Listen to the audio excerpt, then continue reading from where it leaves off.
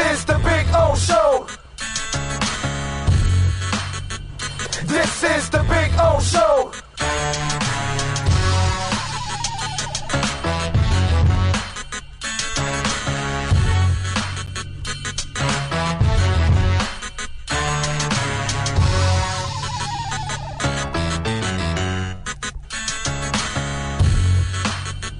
This is the Big O Show. This is the Big O Show.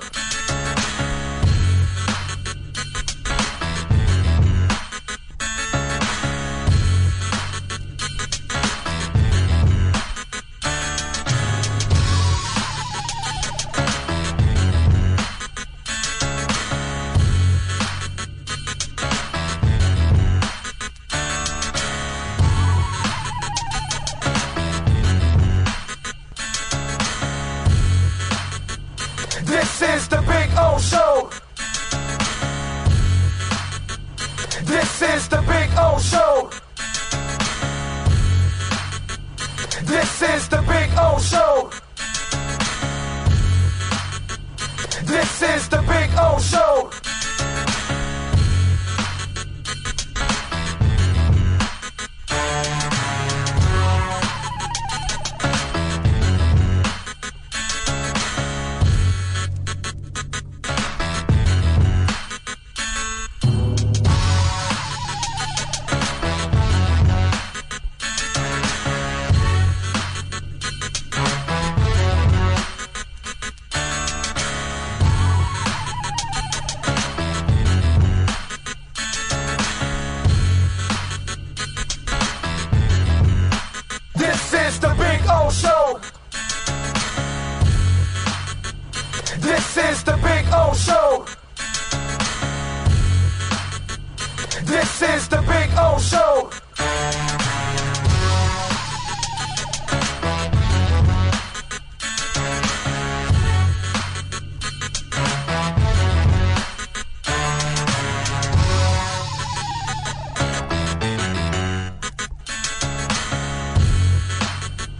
This is the Big O Show. This is the Big O Show.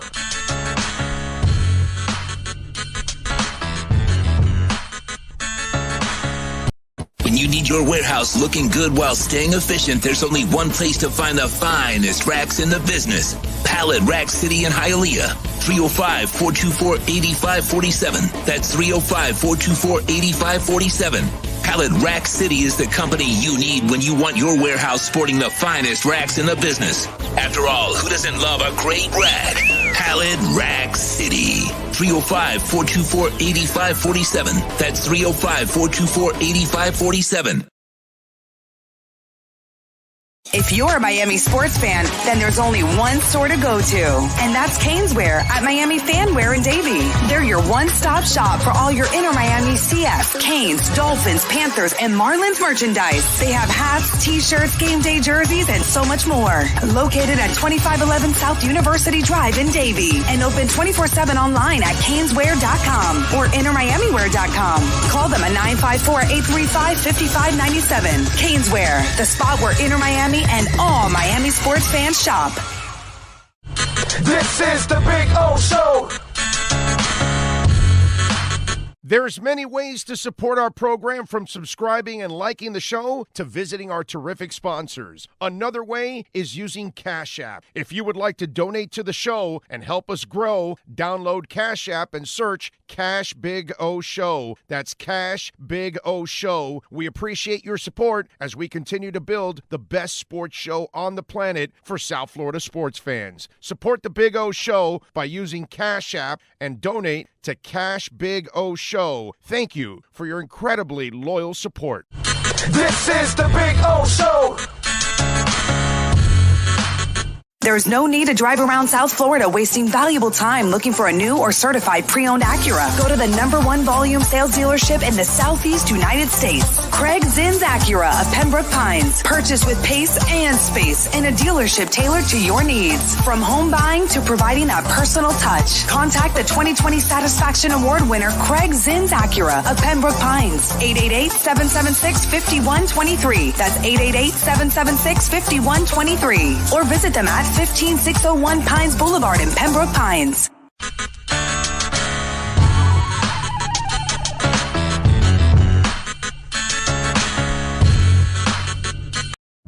Starting in August, longtime Miami Heat insider Ira Winderman joins the Big O Radio Show. Ira will give insight twice a week on your favorite NBA team. Heat fans get the information you crave from one of the best in the business. From weekly appearances to breaking news, join Ira Winderman exclusively on the Big O Show. Found on most platforms. There's no need to drive around South Florida wasting valuable time looking for a new or certified pre-owned Acura. Go to the #1 volume sales dealership in the Southeast United States. Craig Zinn's Acura of Pembroke Pines. Purchase with pace and space in a dealership tailored to your needs. From home buying to providing that personal touch. Contact the 2020 Satisfaction Award winner Craig Zinn's Acura of Pembroke Pines. 888-776-5123. That's 888-776-5123. Or visit them at 15601 Pines Boulevard in Pembroke Pines. The viewpoint, statements, or beliefs expressed on the following program by the host, guests, or callers are not necessarily the opinions of FantasyXS.com, Media Group Inc. ownership, management, sponsors, or website. When it comes to South Florida sports teams, very few in the media have witnessed, lived, and covered it like the Big O. Let's start the program dedicated to your favorite South Florida teams with a passion that's unmatched. The Big O Radio Show is on. Here's the Big O. Good morning. Yes, sir. It's a Friday, baby. It's the weekend. We're here. We made it. I love it. Although we, got to still deal with all these controversies that are going on. But, I mean, that's kind of what it is, right? We got to talk about it. And I guess we're going to live it and experience it. See, we got to it's kind of turned into this whole thing where we have to deal with it in reality, and then we're going to have to deal with it in our fantasy world of sports, that we want to go to sports to get away from all the bullshit, right? But it's all tied up to it. So we got a lot of things to talk about. Obviously, a lot of uncomfortable stuff, I guess, for some. We've got, of course, our two exceptional insiders joining us today. It is Friday. Man, think about this. In 2 weeks, because next week will be the last week of July, the week after next, your Fridays are going to be Omar Kelly, Manny Navarro, and Ira Winderman. I mean, I don't know how it gets any stronger than that, and how you get better information on your local teams anywhere than, on this show, I think. So really proud of being able to put this stuff together for all of you out there, and really excited because next week we'll start Inside the Paint on Wednesday, which will be a few days prior to free agency. And then Ira Winderman will make his debut on the show on the although we had him on the show, but I'm saying debut as the daily insider and our exclusive insider. He'll be here Tuesday and Friday. You know what 2 Tuesdays from now is? The start of NBA free agency. So it doesn't get any juicier than that to get Ira on at the start of free agency. So we'll have a lot of things to talk about with the Heat. So that, I'm telling you, it's, Mondays you'll have Omar Kelly, and on Tuesdays you're going to have Ira Winderman and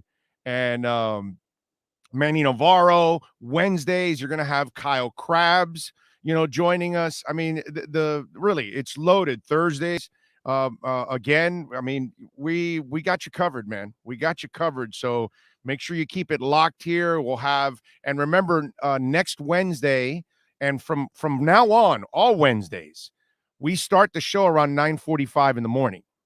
Okay. So I will go on for a couple of minutes, and then we will hand it off to Ira and Clay, and then they will take it for the next hour. And then I come back and do the regular show after that. So Wednesday's show is going to grow to about 3 hours and 15 minutes already. there'll be more expansion as other things and other features and everything else are added, to the show as we go along. So we'll continue to just create this monster in a way where South Florida sports fans can just go to one place and they don't have to bounce around and they don't have to run into national crap. And at least, when you tune into this show and when you tune into this guy, that I'm all about South Florida sports. So that's my heart and soul. And that's where we lie, and that's what we talk about. So at least you'll be able to count on that. So we're doing our best to build up. See, I'm a massive sports fan, right? And I follow all sports. I watch all sports. I love every sport, man. I'm not one of those. Now, do I like football over everything else? Hell yeah, dude. Yeah. Do I have an order? Yeah, of course. But I love all sports. I watch them all. I'm into it all. All the pro sports. I'm into college. I'm obviously into the Olympics. I'm into everything, man. Doesn't matter to me. Even though I may not be an MMA expert, I do like to watch it. I really enjoy watching it. You know what I mean? That's why when I hang out with Dono or some of these other guys, I get to learn a little bit about it. You know what I mean? But outside of that, this is what this show is going to be. We're going to have hopefully the best insiders in here providing you all the kind of local sports talk that you want. So I'm really, really, really excited about what we're putting together here and how it's going to develop over the next couple of weeks. And as we head into football and basketball season, because think about it, basketball season, it's only a couple months away, dude. I mean, in late September, we're already getting into the preseason, October, and we're done. We're off and running with the sports, and we'll have hockey back too, which again, I love and follow, and can't wait to see the Panthers come back this season, man, and get it all done. So we got a lot of things to talk about. Omar Kelly is going to join us at 11:30 with our EJDconstruction.com Miami Dolphins report. At 12:30, Manny Navarro is going to stop by with our Caneswear Miami Hurricanes report. And obviously the Canes in the headlines, not that they wanted to be, not that it's their fault or anything. Listen, you recruit 90 kids, man, it's kids. I mean, us parents, we have trouble keeping up with 1, 2, or 3 children. Can you imagine 90? So it's impossible to recruit 90 angels. It's impossible to keep up with 90 kids, and it's impossible to be in 90 kids' heads all the damn time. And so you're going to have a couple of bad apples. But I got to tell you something. I'm really, really, really proud of the University of Miami, because they obviously must have looked into what went on, and then they must have determined that the crime that they said, because it's pretty disgusting. I mean, the woman's 31 weeks pregnant. She was packing apparently to leave the damn place. And the guy didn't even want to wait, that he had to slam her to the bed with, grabbing her by the hair reportedly. And then allegedly grabbed her again by the hair and threw her out the door. I mean, really, dude. What kind of a human being grabs a pregnant? What kind of a human being grabs any woman, anyone, any child, and just throws them out like that? What the hell is that, dude? That's not animals. Nobody deserves that. You know what I mean? So if it's true, which apparently they felt it was true, they threw his ass out. They dismissed him. And I gotta, I'll start with, on the show by saying congratulations to the University of Miami football program and Manny Diaz. You set the right example. Okay. I told you guys this. Sorry only gets by for a couple of things. And you can't just say, oh, I'm sorry, coach. It won't happen again. Get the hell out of here, bro. We're not talking about you being late to meetings for the 10th time or something. We're talking about you abusing a pregnant woman. It's just disgusting. It's disgusting at every level. It's despicable. It tells me that Avante Williams had a crappy upbringing probably, or terrible leadership around him, and never gave them the common sense that he deserved, that he should have. You know what I mean? It's just whatever it is, it's produced a person that is not very good and not good for your program.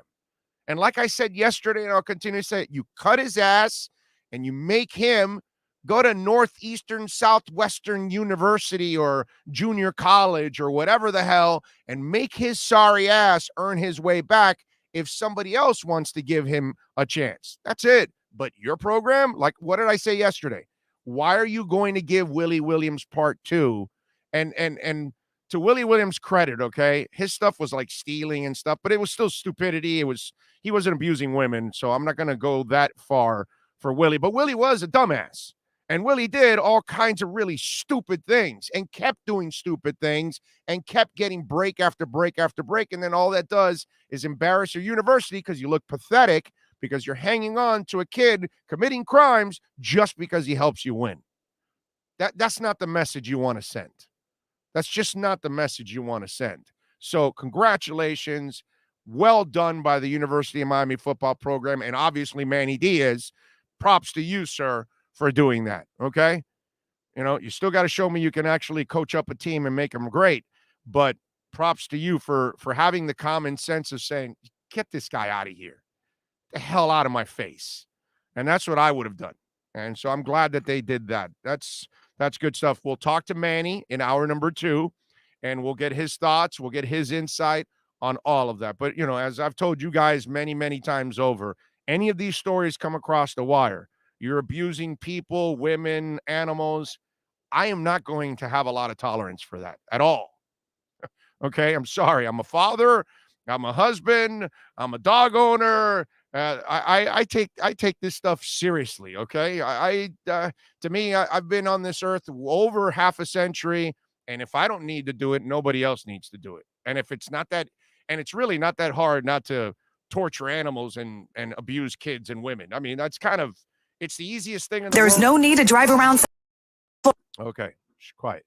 So anyway, you know, it's just one of those things that I don't have a lot of tolerance for. You know what I'm saying? Acura really wanted to get in there. We'll be in Acura, by the way, next month. We'll be broadcasting out there twice. We'll give you the dates next week when we're going to be out there and having some fun. But again, great stuff by the University of Miami. Handled well. Let's do a little roll call here. And I appreciate all of you that are already on the chat board already, and please smash the hell out of the like button. It is so important you smash the like button, please. That is one of the top things you'll do. Steve Chapman, of course, he's becoming like the lock-in at number 1, right? Sometimes it's John Rouse, but Chapman lately has been kind of like getting in there. GP Trap sometimes, but Chapman's gonna be the top dog right there. Kind of like what's going on with Inter, that it looks like Chapman should start over Matuidi, but anyway. That's another thing. GP Trap is in. Gus 1388. Jonathan Dill says, "What's up, Big O? Love the show and watching on my break." Thank you, Jonathan. I appreciate you, man. That's strong. Isais Herman is in. Brooklyn Rob is back. He says, "Good morning, Big O. Been back in the office, so finally have a chance to catch you live. I'm a corporate time-stealing weasel." And Brooklyn Rob, boy, those of us that have been taking advantage of the Stellar, right, when it goes down to like 22 cents and stuff. I know you're doing it like I am. Ian from Brooklyn says it's a Freaky Friday. Big O is in the hizzle. John Rouse in the house. Ohio John, Fins 1, John Santos. Good morning, Big O. Do you know what date we are going to have our first outing during training camp? I do not know. You know what? I got to look at you know what I'll do this weekend? I'll look at the training camp dates, and then I'll see what I'll tell you. I'll look at the whatever weekend dates are coming, and I'll tell you what date I'm going to be there, and we'll go out there and we'll have some fun, and hopefully I get to meet some of you out there. Let's see. Eddie Lepp is in. Robert Triana, Pipe Man Slim, Steven Gonzalez. He says that's a badass lineup on Friday. That's a badass lineup all week long, my man. I mean, Kyle Krabs midweek, you know, on Wednesdays. So you get Inside the Paint on Wednesdays at 10 a.m. for an hour with Ira and Clay. And then after that at 11:30, I mean, come on, man. Kyle Krabs is going to join us from the Dolphins Wire and I'm the Draft Network and all that stuff. He's awesome, man. He's fantastic. So I love having Kyle Krabs on and have a little fun with Kyle talking some Dolphins. Every day we got something for you. That's kind of the idea, that you're going to have insiders all throughout the week joining us. Let's see, what else do we have here? Troy Ortiz Chase One says this is the slowest sports time of the year until the Olympics. Yep, I agree. Rosendo, good morning, Big O Nation. Thank God it's Friday. I wish you a blessing day. Never get discouraged because there's no estimation of what lies ahead. Have a happy weekend that will leave you refreshed. Yes, sir. Yes, sir. Yes, sir. No doubt about it. You got to fight through any adversity that's out there. Ray Grullon is in. Howdy, everyone. Happy Friday. Football season is here next week. Going to Finn's camp in a few days. Can't wait. Let's see.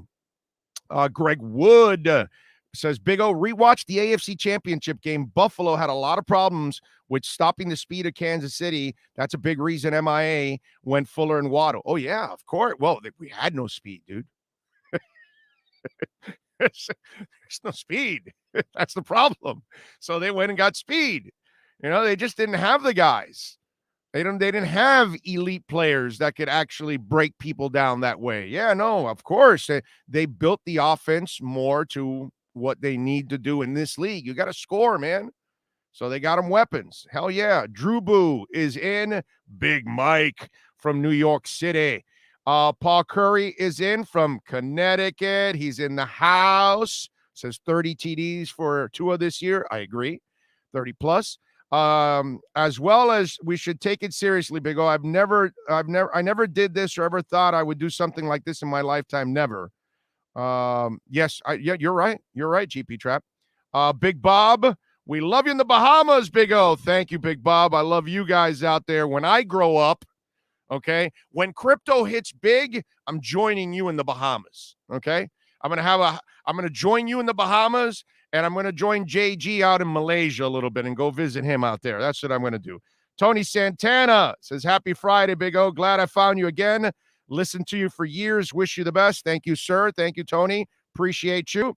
Rosendo says, let's just hope we added speed that will pray our receivers stay strong and healthy. Well, Rosendo, that's every team, everyone, in every sport. Health is health, bro. Last year, the Heat, man, right? Bam, boom, Goron. It's health is something for every team. That's nothing new. Let's get into a little bit of the controversial stuff. And some of you, by the way, you maybe you're kind of new to the show, maybe you haven't heard me for a long time. First of all, when I get into this, okay, I want you to understand I don't give a rat's ass about Democrats or Republicans. I've had to repeat this over and over again because some of you then peg me in one corner or the other, and I am not in either corner because I don't care about either side. I think both sides are all screwed up.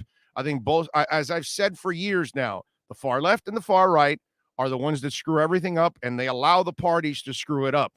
It's gotten to a point that the two parties don't talk, and people are the same way, and all of that. To me, I don't care about your stinking politics. I'm with Michael Irvin. Michael Irvin was talking about winning, okay?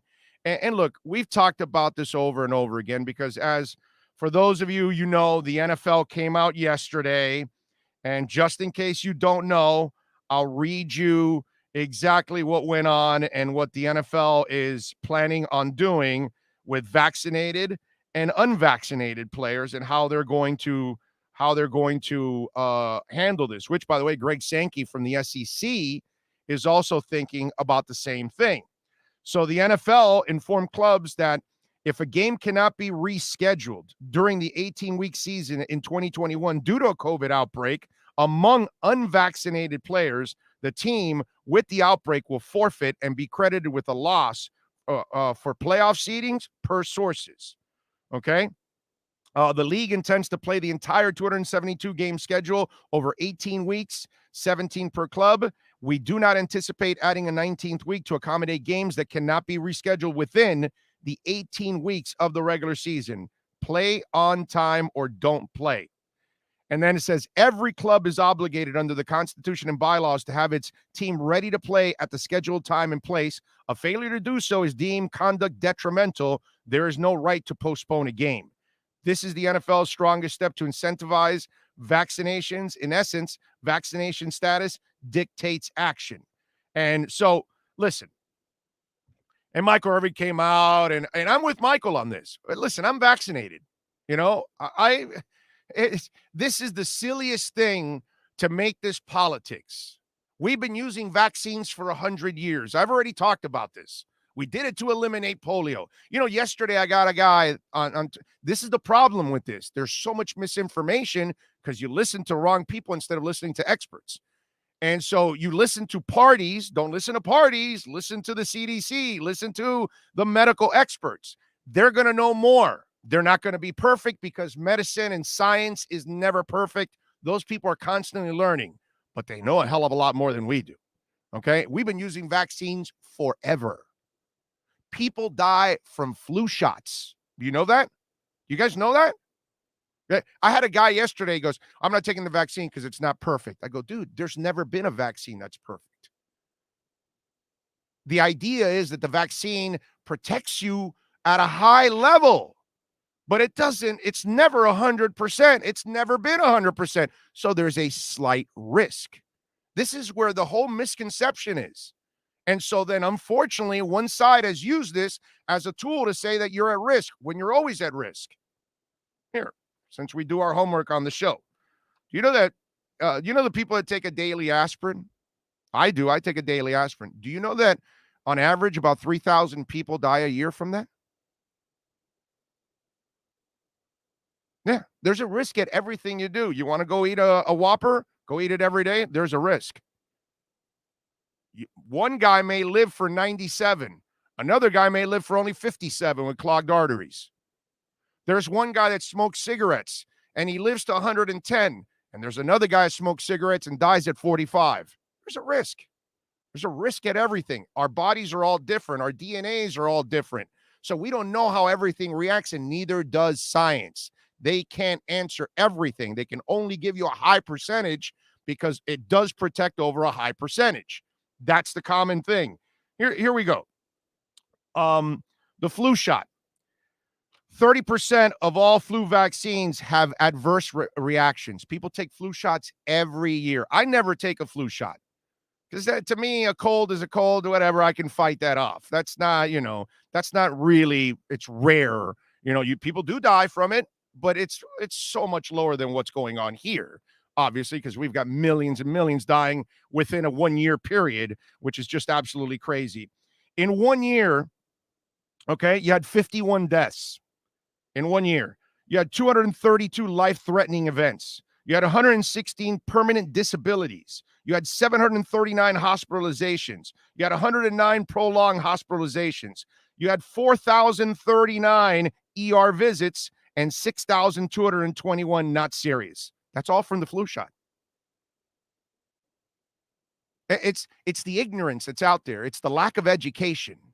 Every single vaccine that's ever been created, okay, most of them protect you. But there's always a slight percentage of risk. But the bigger risk is not being vaccinated. I had Darius Butler. I was going back and forth with him on Twitter.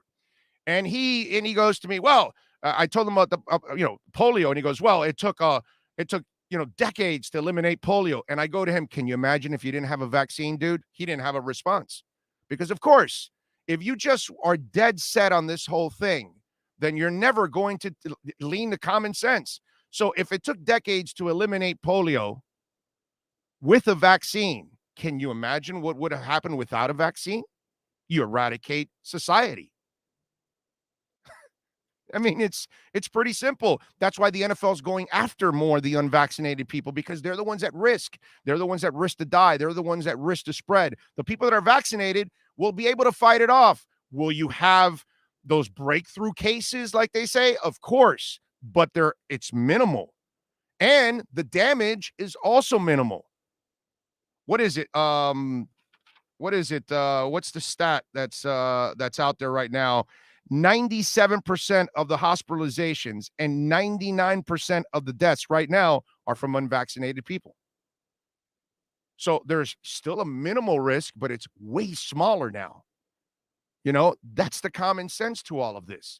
There's no politics to this. The problem is it's been politicized. That's all.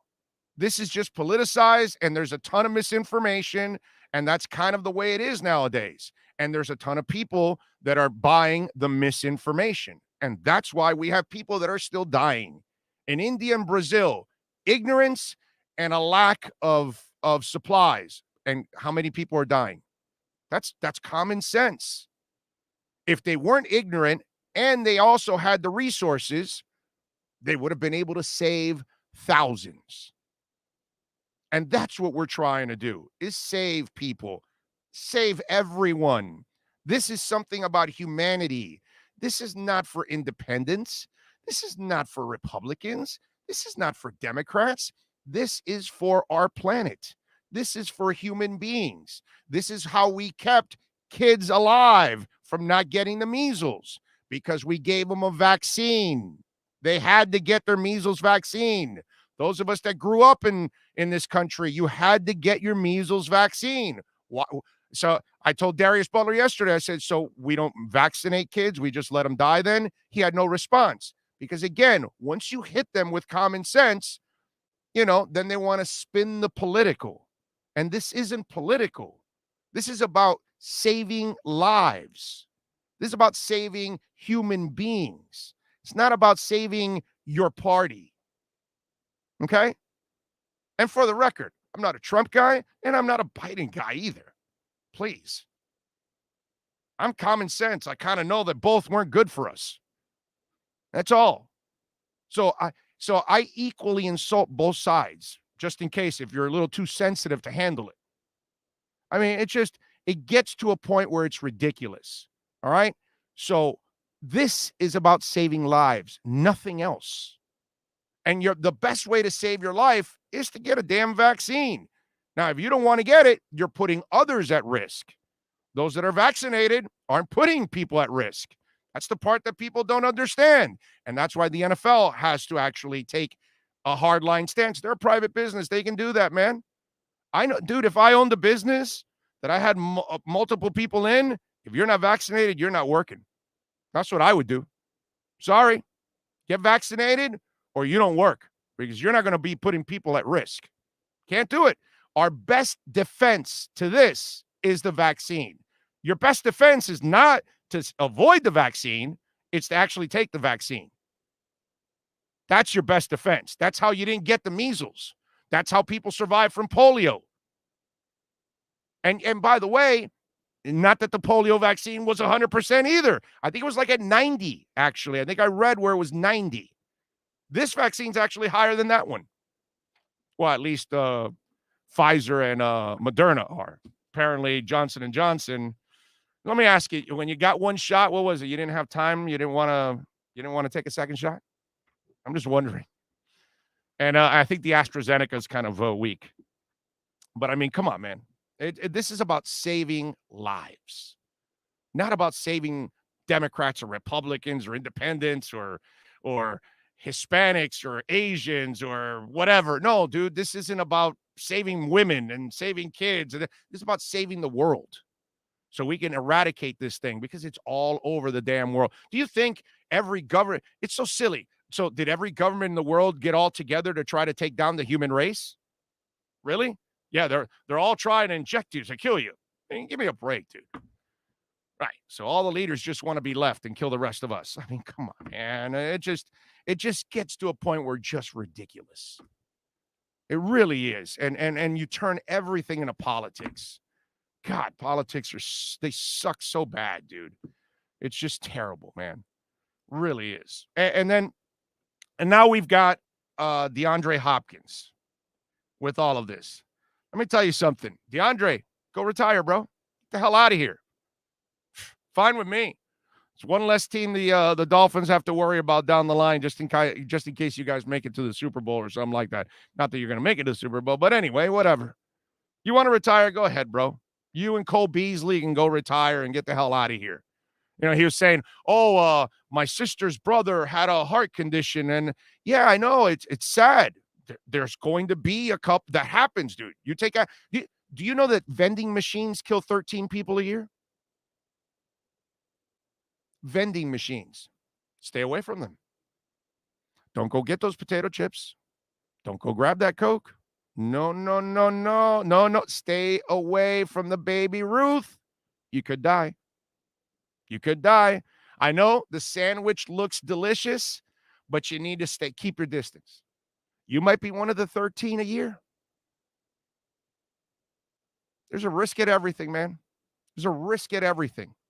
These poor people in China, they went to the subway, and there was this monsoon flood, and 13 people died inside a subway trying to get the hell out.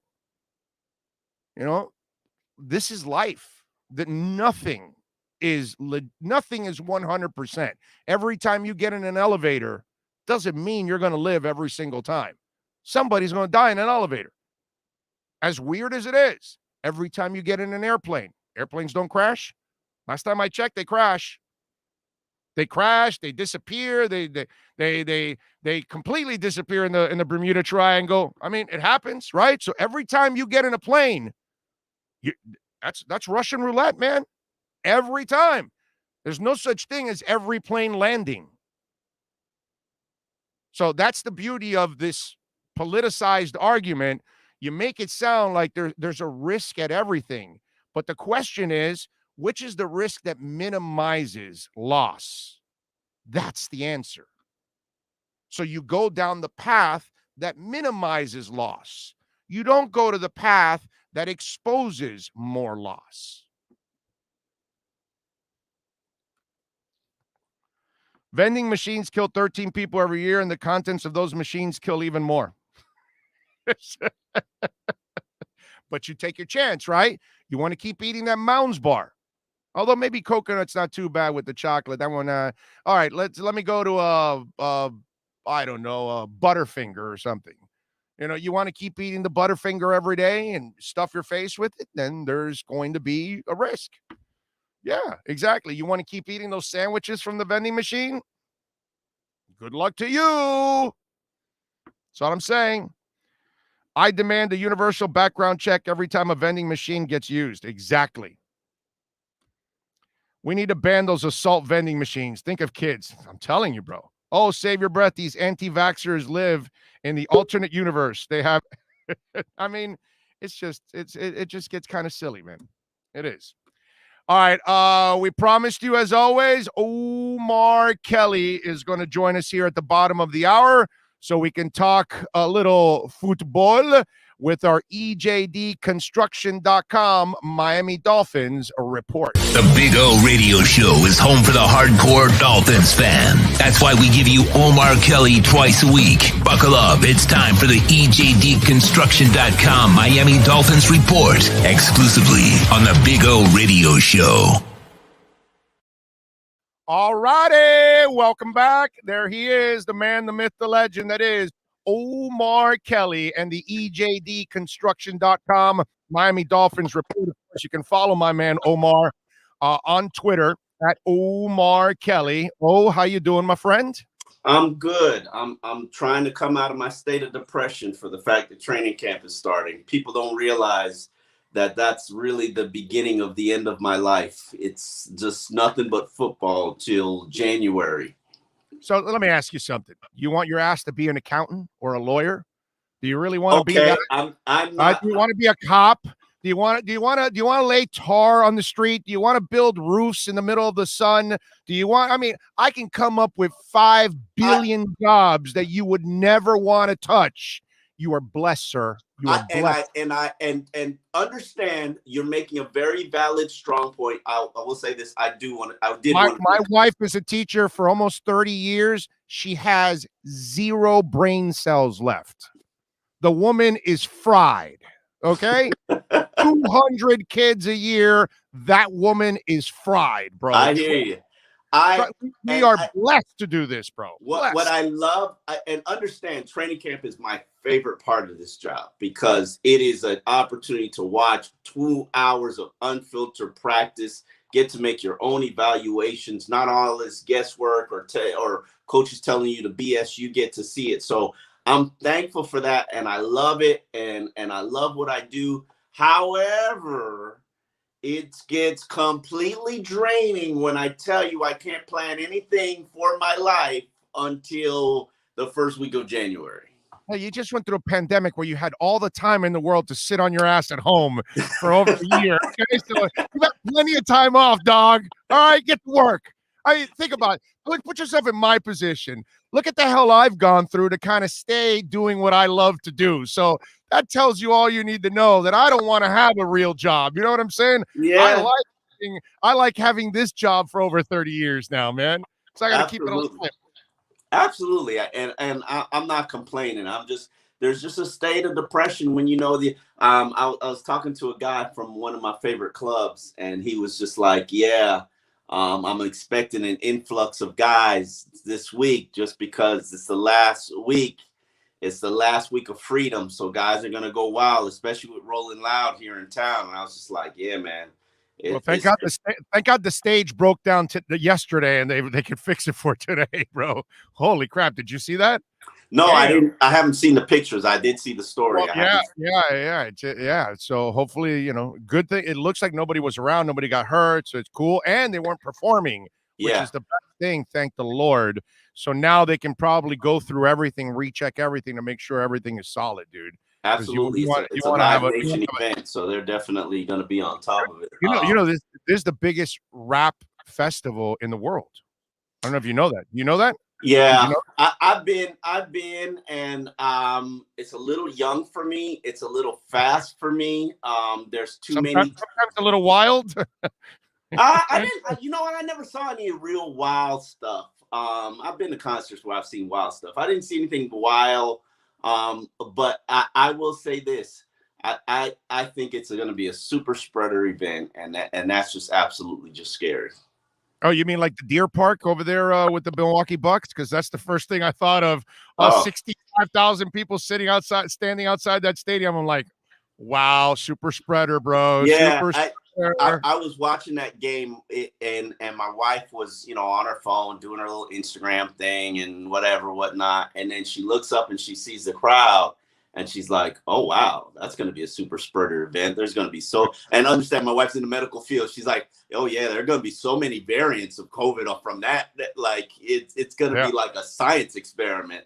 And I was just like, man, this is how medical people think in today's age, where you have an event, maskless event, thousands of people there. She's like, the rate of COVID infections is going to be super high. Yeah, and well, she lives it. Yeah, she lives it. So that's the way she has to look at it, unfortunately. So that segues perfectly into what we got to ask you. What'd you think of what the NFL did? Part one, part two. What are going to be the ramifications in a locker room from this? We already saw DeAndre Hopkins say, "Oh, I'm gonna decide. Maybe I'm thinking about retiring," which doesn't make any sense. Whatever. Right, cool. Yeah, sure. Yeah, exactly. I'm a little bothered about the NFL and the NFLPA's approach to this whole thing, to the point where they think that testing on a daily basis, whether vaccinated or not, is not necessary. And we've shown and highlighted and understand that vaccinated people are still coming down with COVID, testing positive for COVID, carrying COVID. And so what makes you think that the unvaccinated people are the people who have to be tested every day? Everybody has to be tested every day. And that's a little disappointing. Then let's just say that, let's say somebody does test positive. Let's say somebody does test positive. You should have a policy where if somebody in your facility does test positive, everybody should have to take a COVID test the next day, just so that we're clear on what the level of infection is, and that's not policy right now. And it should be policy. And I think that the NFL is taking a very lax approach for a league, which was the first sports league to get through their season with COVID as is, without making any significant changes. And mind you, they had to reschedule games. Mind you, there was a full month in the NFL where teams could literally only enter their building to practice. That was it. Every day for 2 hours they got to practice. Otherwise, go home. We doing this via Zoom, and it's a little troubling that they're taking this lax approach to it, and I'm not necessarily certain how it's going to turn out, because literally it looks like all they're going to do is when things go wrong is say, oh, it was the unvaccinated version. And that's not the case. Like in the NBA, Chris Paul was a vaccinated guy, tested positive. You know, Right. You got kids who go to school, they're gonna come home with COVID. You're gonna have COVID, and it's what vaccinated people. Yes, the illness is not going to get as bad as it possibly could if you weren't vaccinated. This is what I'm learning from my wife. But you The can, stats, by the way, the stats are 97% of the hospitalizations and 99% of the deaths are unvaccinated. unvaccinated, yes, but So vaccinated people, I think that's why they're not going after the vaccinated, because the vaccinated have a much smaller chance of getting it, a much smaller chance for what of, we know, of now, for hardcore sickness. Well, hardcore sickness. unless, if you took Johnson and Johnson, you might be a little bit more at risk, apparently. So that I don't know about that one, but if you took, I think Pfizer and Moderna, you're really, really strong, and you took both shots, you're really covered. The Johnson and Johnson one is the one that's kind of being questioned now. But it doesn't mean that you're protected. Doesn't mean that you're not going to get sick. Doesn't mean that you can't become a super spreader. It means none of that. And I know this firsthand. I thought I had COVID a week ago, and I'm vaccinated. And luckily I tested negative. But yeah, I had a cold, flu symptoms that knocked me out for a week, if not 10 days. So it's going to be very interesting to see what the NFL does. But it ultimately, you can follow the NFL. The NFL has one agenda, and that's money. And literally that We proved that last year. yeah, just follow the money and you'll figure out what their agenda is. But it just doesn't make any sense why they're not requiring one daily COVID test even for the vaccinated, and two, that why it's not policy that if somebody does test positive in the facility, that it's widespread. Everyone has to test. Everyone has to test for the next 48 hours, just so we know. Yeah. No, I'm with you there. Now, are you expecting any division in the locker room? Do you have to do the Dolphins? Because apparently they have a high vaccination rate as it is. Yeah. So that's actually, I'm really happy as a Dolphins fan that they've done that.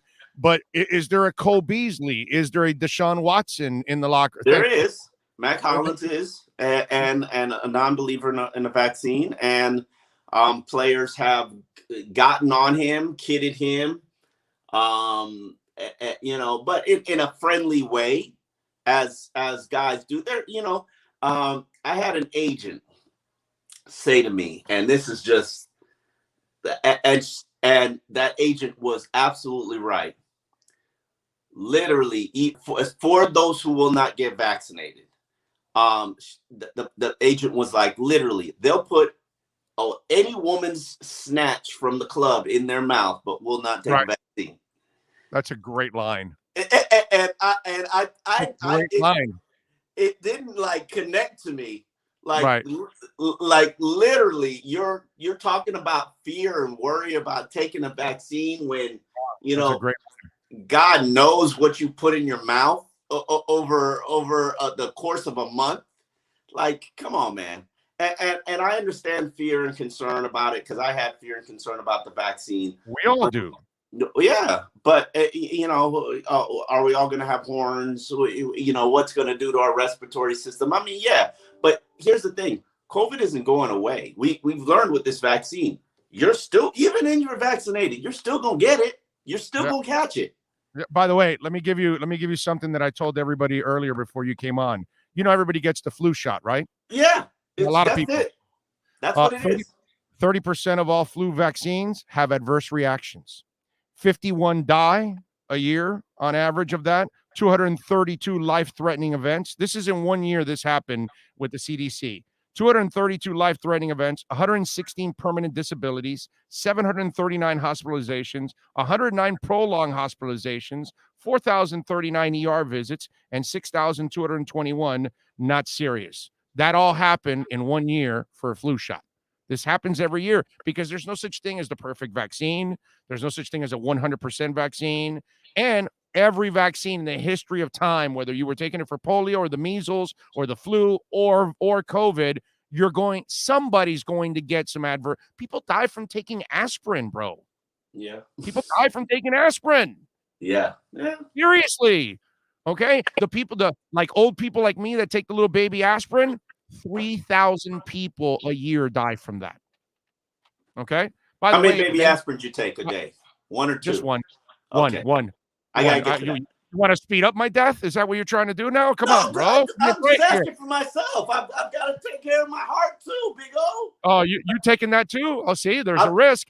And I want to remind you, vending machines kill 13 people a year. So be careful when you want to get that Baby Ruth. I'm just saying, dude. Just saying. Who eats Baby Ruth, Big O? Who eats Baby Ruth? Kit Kat, whatever, M&Ms, that disgusting sandwich that you see in that machine, whatever it is, that egg salad, like that agent told you, you put anything else in your mouth, but you won't take the vaccine. You're going to eat that egg salad sandwich from the damn vending machine, and you won't take the COVID shot. Come on. I don't know if anybody eating that egg salad, that sandwich. Oh, there's some disgusting people that will eat that egg salad. I'm telling you, bro. I'm telling you, man. All right, so let's Shaquille Griffin. Let's get into that. I know he's like a special teams linebacker mostly is probably what it is.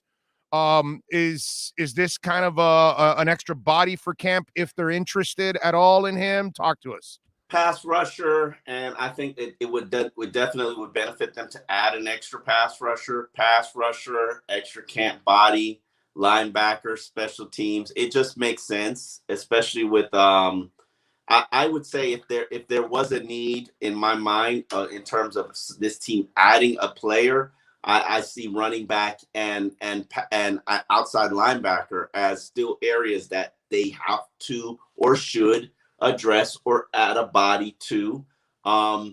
Right now, I think every other area on this team is pretty deep and quarterback. I would look to add another quarterback. I'm not real comfortable with what I see there from the third guy. But it's camp body, and this is the time where they start to look at their roster and say, hey, we could add another offensive tackle, which they did. We could add another pass rusher, which they did. Take a look at some of the running backs and say, because I can look at their roster right now and depth-wise from a running back standpoint, I'm not comfortable. I think they're one short of where they need to be just to make it through training camp. Wow. So the question I have, they probably look at Malcolm Perry as a running back too, kind of still. So and Lynn Bowden Jr. So it's it'll be interesting to see what happens. All right. So the question I have to ask as a follow-up, Melvin Ingram, he ends up signing with the Ravens. Mm-hmm. So and he Steelers. Was it Seattle? No, Seattle? Steelers. And clearly he fits what they do. Absolutely. And he fits what Miami was also doing too. Yeah. What did you hear, Omar? What was it? Were they concerned about the injury? They weren't willing to go far enough in the money? Was he asking for too much money? Well, what do you hear? It doesn't sound like he signed a lucrative deal at all with Pittsburgh either. I'm curious to see what that deal was, but I mean, a player of his stature is trying to compete for a championship, and Pittsburgh is still in the realm of conversation championship contender. I'm not buying Big Ben, bro. That he's done. Bro, their bad seasons are 8-8. Come on, man. No, but I think Big Ben is done. That's my point. Maybe. It's not. I'm with you on the team. I don't have a. Remember, they lost all their great pass rushers last year. They rebuilt their whole line. That killed their defense last year into going at the end of the season. So they're getting all their guys back now. So they should be good. I'm with you on there. I just think Big Ben is actually the weak link now. That if they actually had a good quarterback, then yeah, I'm with you that they're a 10-win team or something like that. But I think Big Ben, dude. I'm sorry. I think Father Time caught up to the dude. I really do. It's possible. We'll see this year. I mean, the end of the season, it was just they couldn't run the ball. They couldn't protect. So it's kind of hard to sit there and evaluate him based on what you saw offensively. But let's not pretend like they weren't the last undefeated team in the NFL this year. And the bottom fell out on them from an injury standpoint. So yeah. I'm with you. Plus, he also looked old. He and Drew Brees. Dude, they're 18-year-old quarterback, 18-year veterans. Not only that, Big Ben did something Drew Brees didn't. Big Ben took a beating over the years because he kept hanging on to the ball. He's trying to make a play. I get all of that, but he took more hits than the average quarterback. Yeah, but he also sat out a year of football the year before last. Can we sit here and say that Big Ben's arm is dead like Drew Brees? Because we saw Drew Brees' arm was dead. It was done. There was nothing left in it. I don't think we can say that. We can't say that Big Ben looks like Cam Newton. We can't say that. Now, maybe we get to the midseason this year and are able to say that, but, we got to be patient and let the process play itself out. Man took a pay cut to continue to play, so props to him, and we'll see where they are as a team. But as far as Melvin Ingram, I just look at it as he looked at it as, Melvin Ingram wasn't going to come here and be gifted a starting spot. That just wasn't the reality. Rotational player. Right? Yeah, rotational player. Whereas in Pittsburgh, he'll probably have to earn it, but it's sitting right there for him for the taking. That's I'm interested to see. I'm with you. I want to see what that contract was because I think of a Van Ginkel and it's like, man, I would love to have him around Melvin Ingram all the time, picking his brain because they're kind of, pass rushing wise, he has to do kind of the same things Ingram does in order to get to the quarterback. But I'm saying, technique wise, he could have learned something from that. Absolutely, no question. All of them, not just Van Ginkel, Melvin Ingram. Jalen Phillips. Definitely. Even Emmanuel Ogbah. I don't think there's anybody with polished pass rushing moves on this roster right now, which is why I was totally in support of Melvin Ingram. I think the Olivier Vernon situation could be something that we monitor, probably not before the season starts, but maybe around midseason. OV wants to continue playing. I think he's rehabbing an Achilles injury. Maybe he's ready to go around midseason. He suffered the injury, and I believe it was January in their playoff game or the game before their playoff game. So OV just got married. He's settled here. He married a Marley, by the way. I don't know if you knew that. OV married a Marley. Oh, really? Oh, okay. Yes. I didn't know. Okay. Yeah. How about him?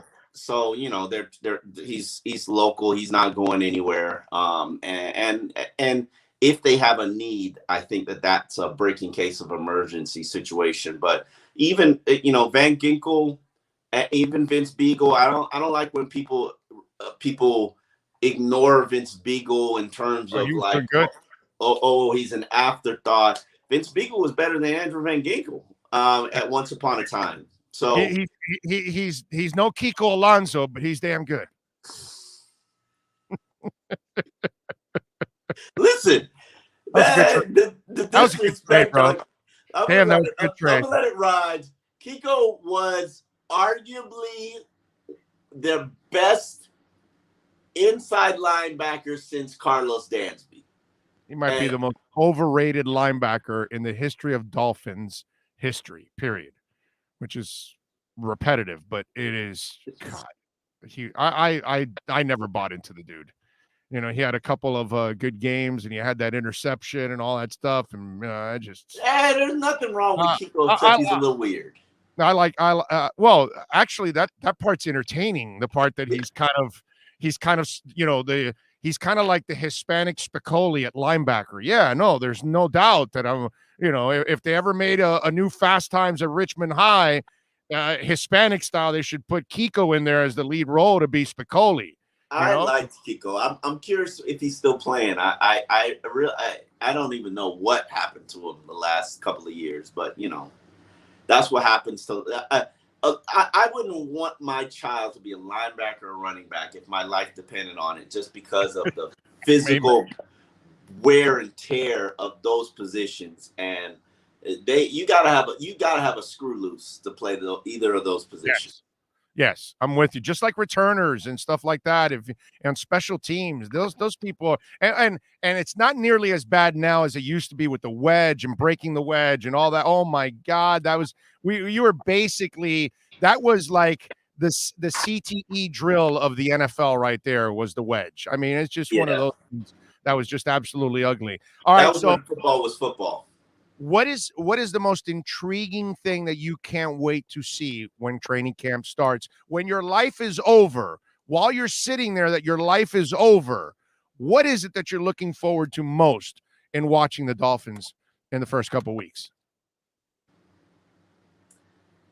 Will they actually get a line that's respectable and be able to protect Tua and open up running lanes? I've always said and thought that that's the magic formula for this team and for this franchise. I still believe in that. I know everybody, and the amount of resources that they put into it has been ridiculous, and they still haven't been able to get it done. Right now, whether it be Solomon Kinley, Jesse Davis, or Solomon Kinley, Jesse Davis, Liam Eichenberg,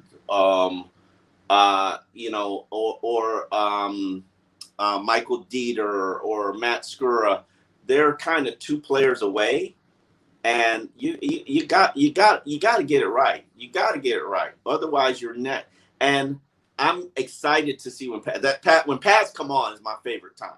When Pats come on, and people could actually hit one another. That's my favorite time. Other than that, it's just football in pajamas. Omar, when I was a beat guy and I would go every day, I remember years ago that the Dolphins sucked running the ball, right? And then there was this one year where, I go to camp and Jamie Nails and the boys are killing it on the inside drill, right? Yeah. And then, I went on the radio and I started saying the Dolphins will be able to run the ball this year, guaranteed, the way they're playing. Jamie came in, he was in shape, he was pulling, it was like you saw it, but they ran the inside drill every day in camp. Yeah. So my point is, that's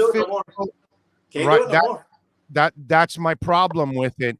Do you really get to assess it until we get to actual games? Because I had the pleasure of two-a-days. I had the pleasure of inside drills every morning. Mm-hmm. So you got a great feel for what was going on. And when one side dominated the inside drill, that shit sat on the practice field the entire day. And the next day there was revenge to be had. You know what I mean? And then if they can't get revenge that day, there was a fight the next day. Exactly. Exactly. And those are the ways that I got to see whether the Dolphins were developing or the Dolphins weren't developing. And then I could tell people on the air, hey, no, I see this, I see that. It seems like you don't really have that luxury right now. Because there are times, and it depends on how physical they want to be in practice. And people have to understand, Brian Flores has advocated. He wants to be a run-first team. Of course. That's on his agenda to-do list. They put a tremendous amount of resource into it. They've just failed at it. He's on his fourth offensive line coach in 3 years. I'm curious to see if they can get that together. But he's committed plays and series, and when they weren't successful running the football, there were portions of practice that were dedicated and committed to inside run. We need to get this better. To tandem work, we need to get this better. So, and now that a co-offensive coordinator's focus is on developing and establishing a run game, I think it will be a priority. I think it will be important. The DJ Flukers of the world, that's why they're here. Okay, we can't get one of these young guys to step it up and be this mauler that we need. Okay, insert DJ Fluker into the equation. It's a breaking case of emergency situation. So I think they will be committed to being a run-first team. Now, will it pan out and produce more than 3.4 yards per carry?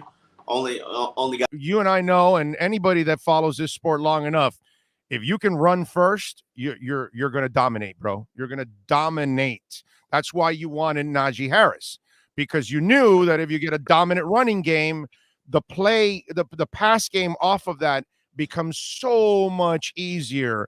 And it's just it shows you how special Russell Wilson is and Aaron Rodgers, because these guys, when there is no running game, they figure it out, but they're freaking magicians. They're at another level, and I think Tua will be the crafty guy back there, but still, you don't want to put him in that position. You don't want all that on his shoulders right away. No, not now.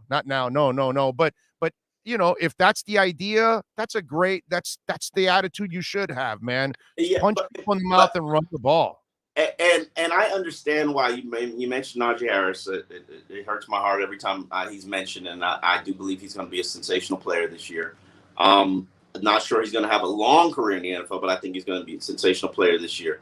But Myles Gaskin, his productivity per game, per his limited touches, I believe he's 16 touches, 90 yards a game.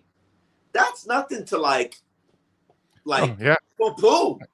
That's like top 10 in the NFL. And we're underplaying it. And I say this. You mentioned what's the thing I'm most excited about. I will tell you, watching Preston dominate Byron Jones and watching Myles Gaskin stand out in training camp last year were my two whoa, this is different.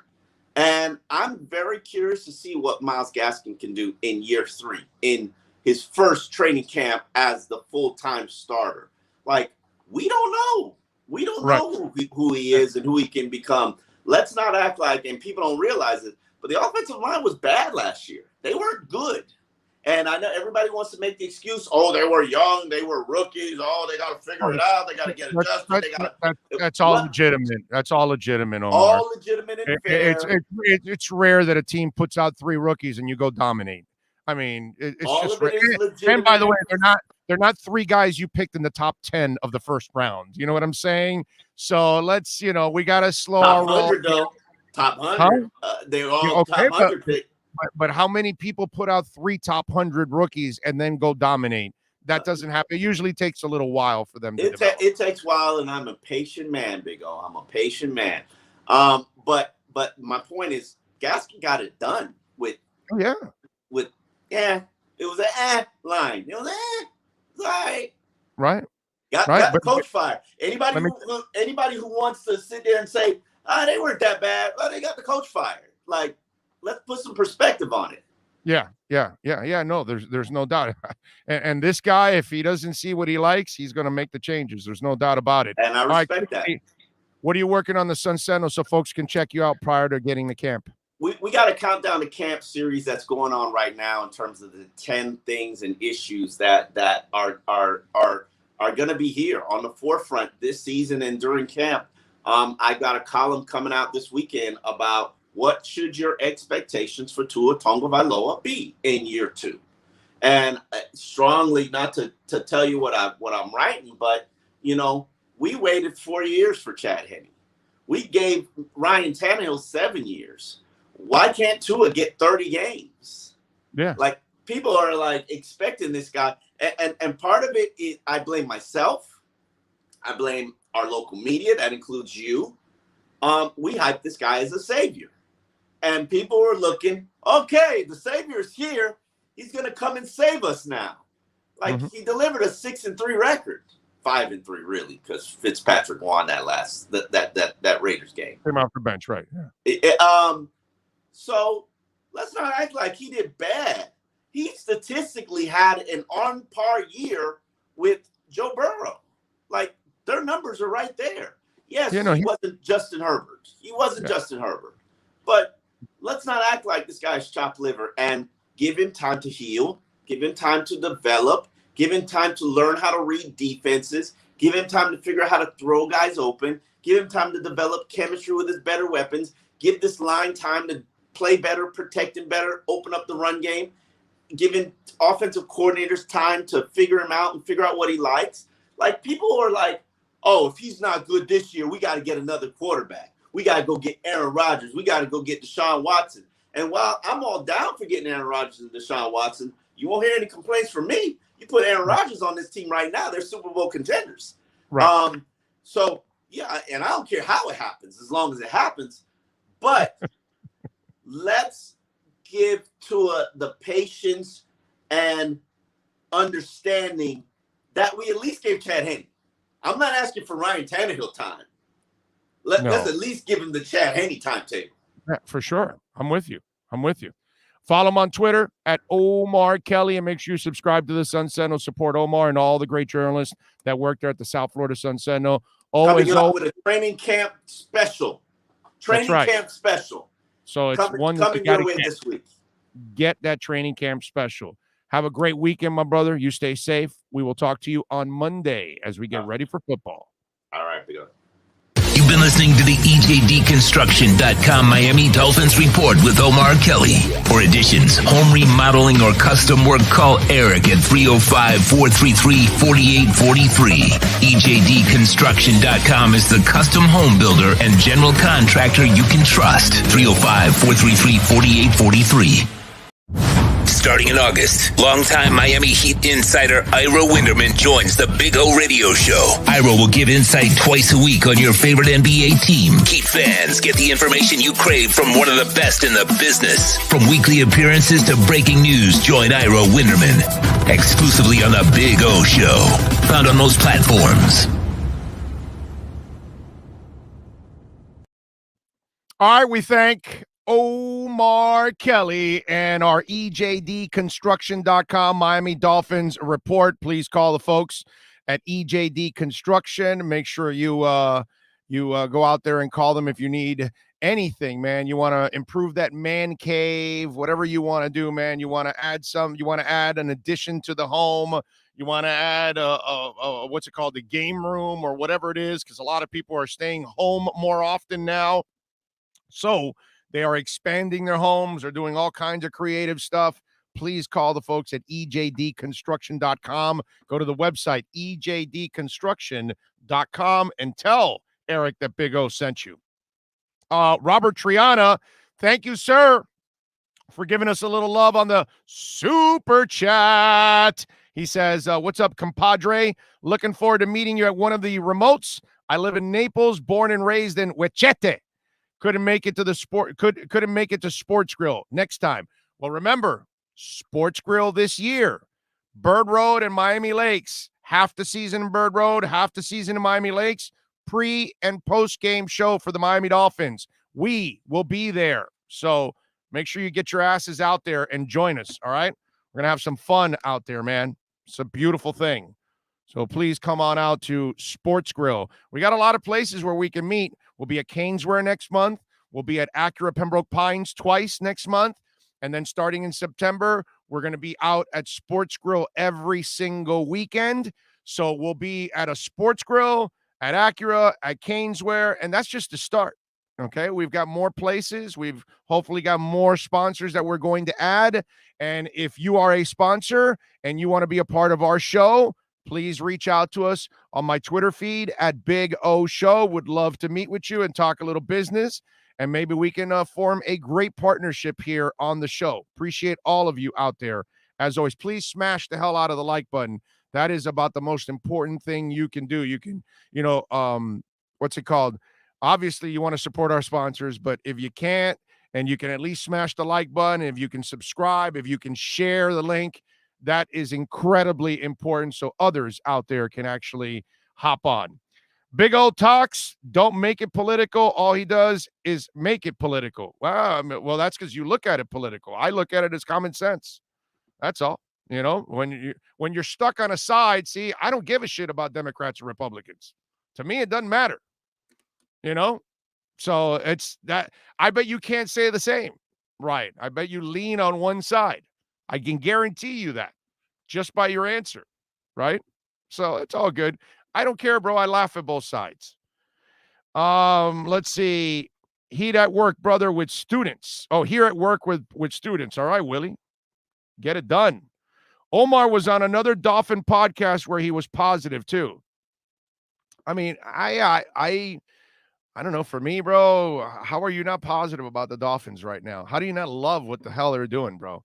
Ray says, this is the first today. We all got positive Omar.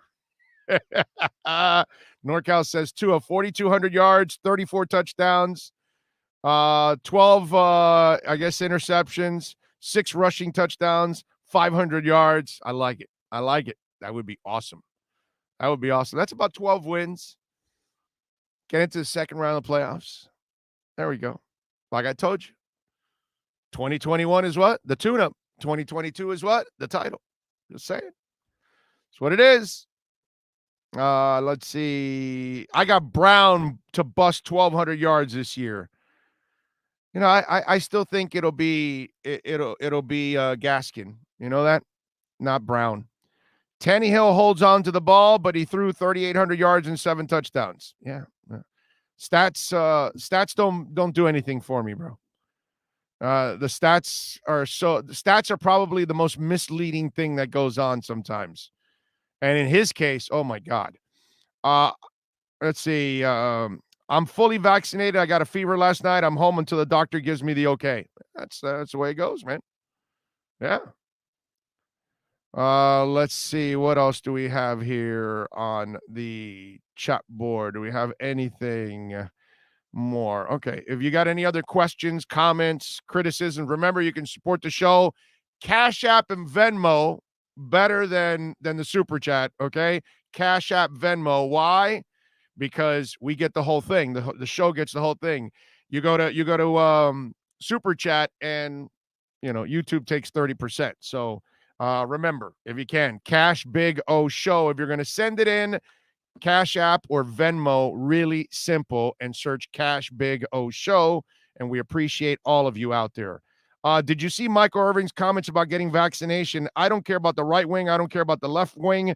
I only care about a ring. Exactly. I saw it. And I'm with Michael, bro. I don't care about any of the left or right sides because I laugh at both sides. I don't give a rat's ass about either side. I care about humanity, bro. I care about you guys. I care about every one of you out there. That's why I wore a mask for over a year, to protect everybody, protect myself, protect everybody else, respect, until we could get the vaccine. Now it looks like now I'm vaccinated, and it looks like I may have to now still put on a mask because there's still so many people unvaccinated that they'll continue to help spread the damn virus. And so it's just terrible, man. But it is what it is. This is what happens.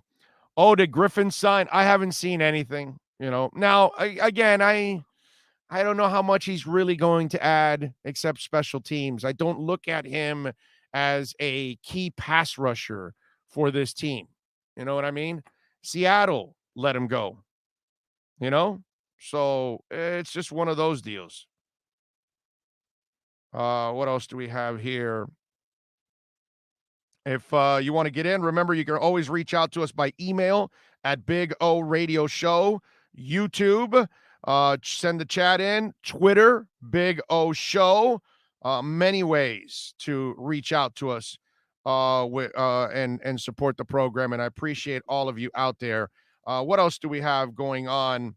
We talked a little bit about Devontae Williams getting kicked off the Hurricanes football team. We talked about Michael Irvin. We talked about DeAndre Hopkins. All of that was in the first hour. We talked a little bit about the Dolphins and Shaquem Griffin visiting. Amazing young man, terrific story, but really not much more than a special teamer. Marlins lost yesterday, 3-2 to the Padres. They're still 15 games under 500. They used 8 pitchers yesterday, man. Musgrove and Thompson tonight at 7:10 for the Padres-Marlins matchup in the stadium there. That's what we got locally. And then Sunday, Inter Miami looks to snap their 6-game losing streak as they take on the Philadelphia Union on May 33. We'll see if they're able to do that. I hope so, man. We need a victory to stop this bleeding, man. It is just absolutely terrible, man.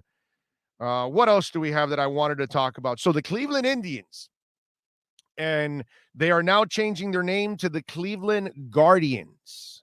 That's what they're going to be known as, the Cleveland Guardians. That's kind of weird, isn't it? It's odd. Look, I get it in this ultra sensitive world that we're in and all of that, which the name itself, Cleveland Indians, I don't know why it's insulting. Now, the Wahoo guy, okay, all right, maybe if you wanted to change it a little bit, you know what I'm saying?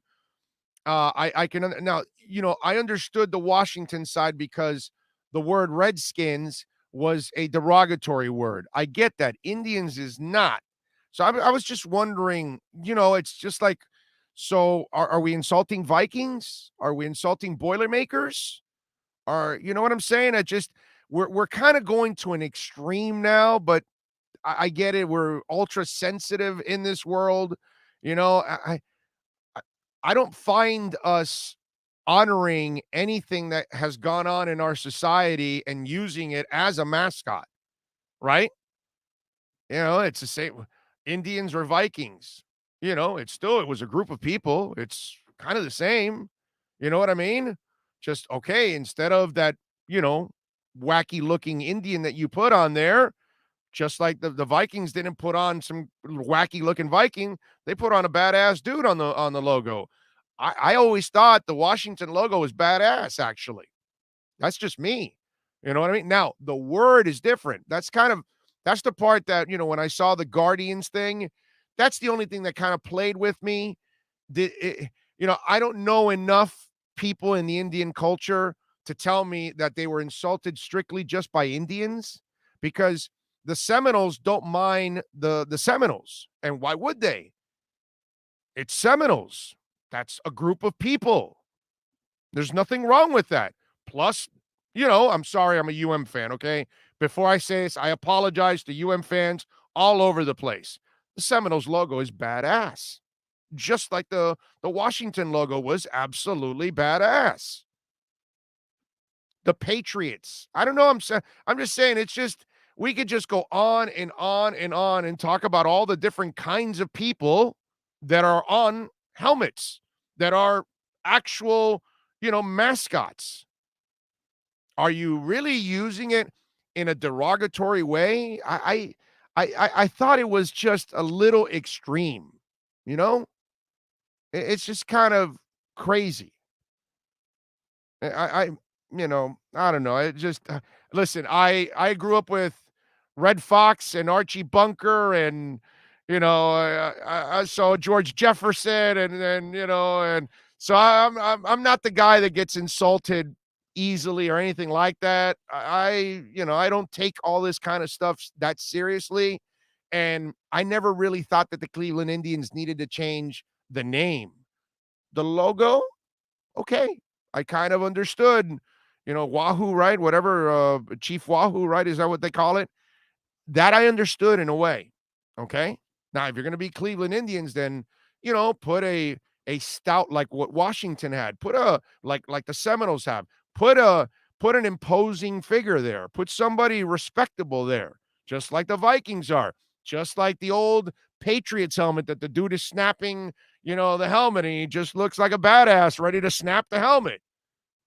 You know, I just to me, it's just kind of extreme now. We're going to a place now where I don't know if it's really that bad. I get it if the word is derogatory, like Redskins was.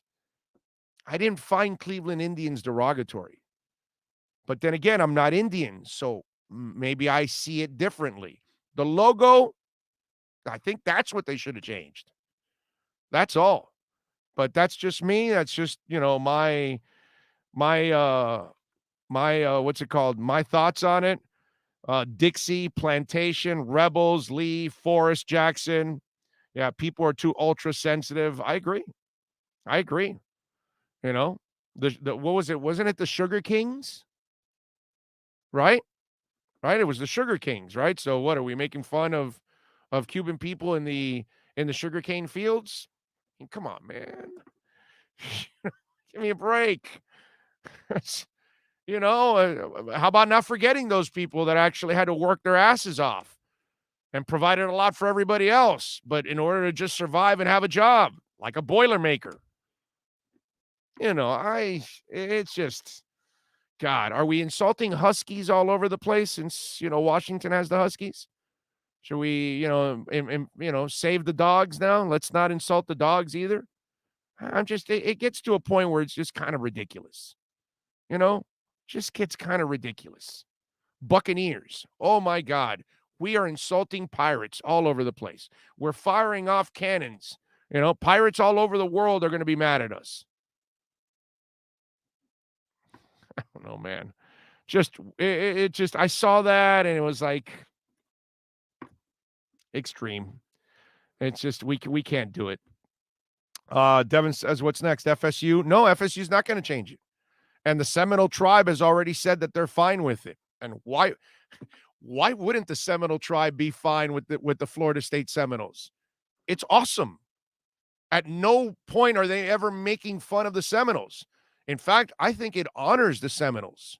Just like in Purdue, they're honoring Boilermakers, right? And they're honoring people that are a line of workers that do something that's important in that part of the world or something along those lines. What's wrong with that, dude? I find nothing wrong with that.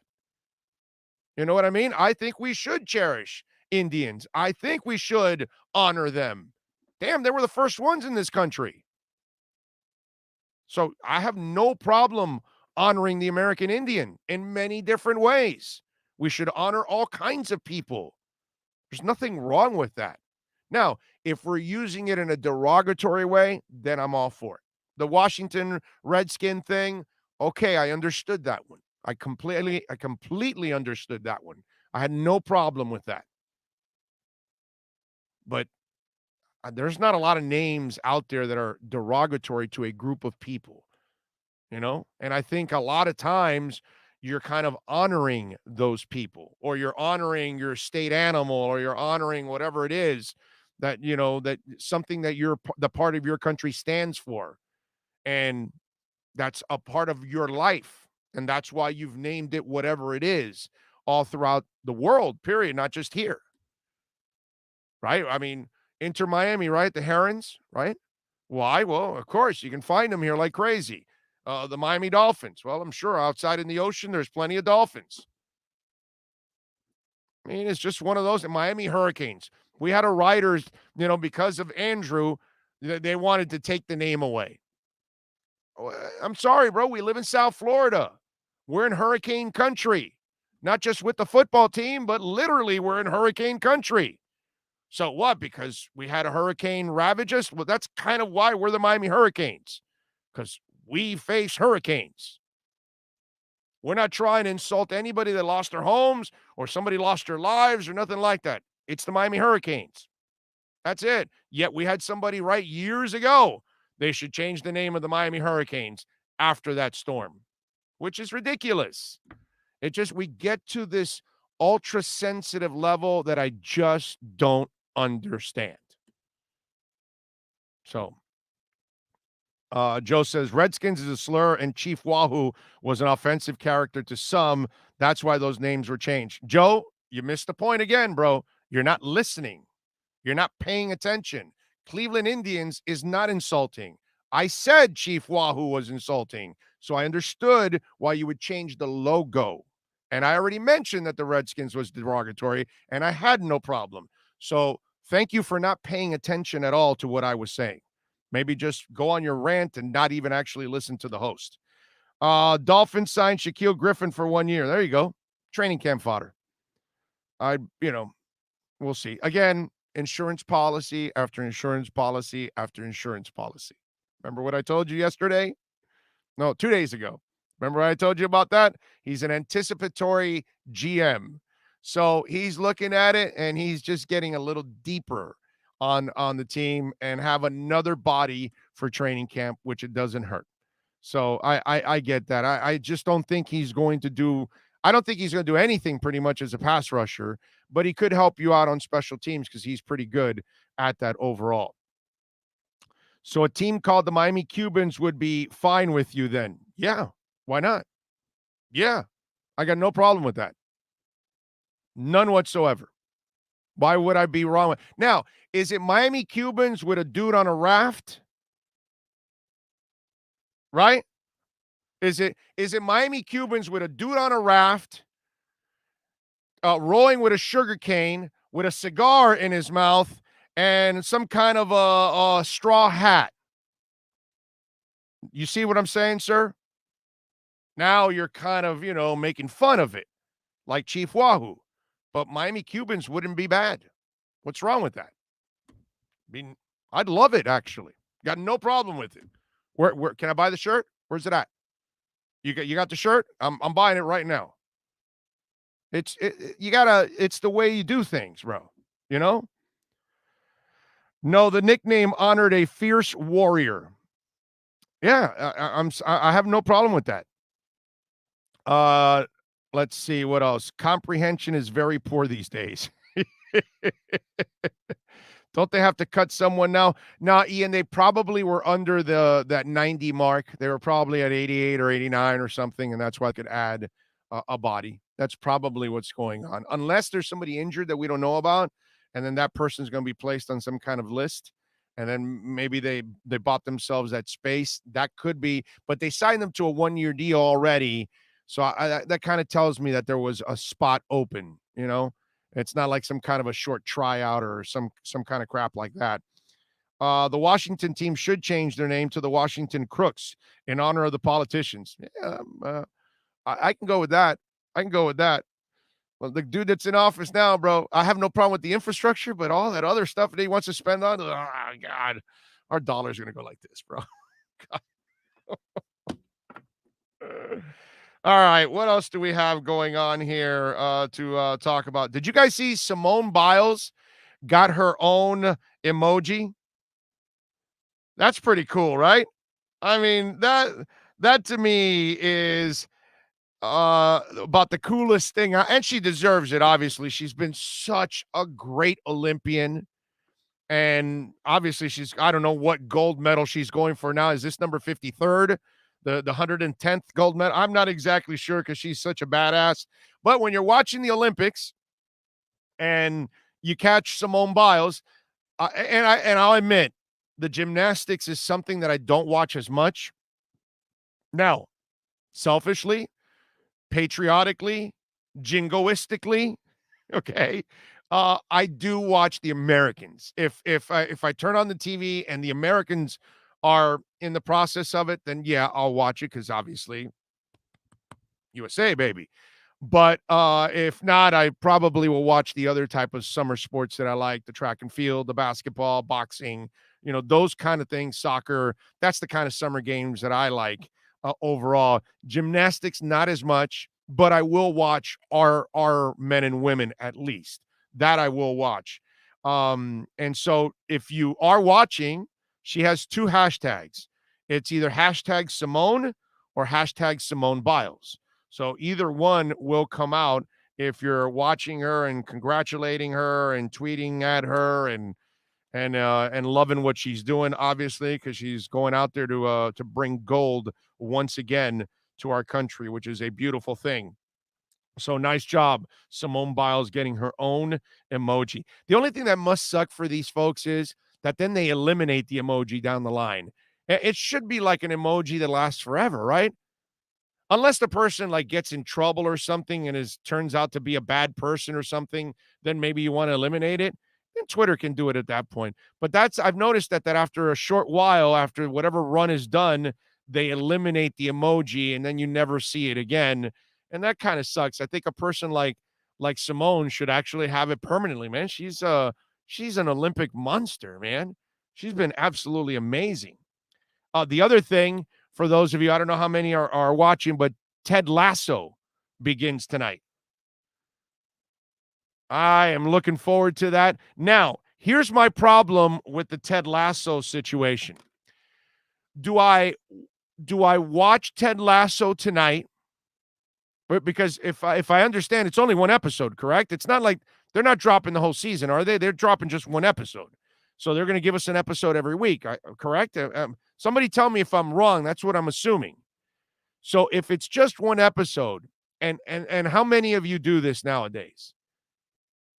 If it's just one episode, do I hold off, wait a couple weeks so I can get a couple of episodes in and I can binge watch a couple of episodes? Because I'm the guy that watched Ted Lasso a little later than most. So my wife and I went right through the entire series in a weekend.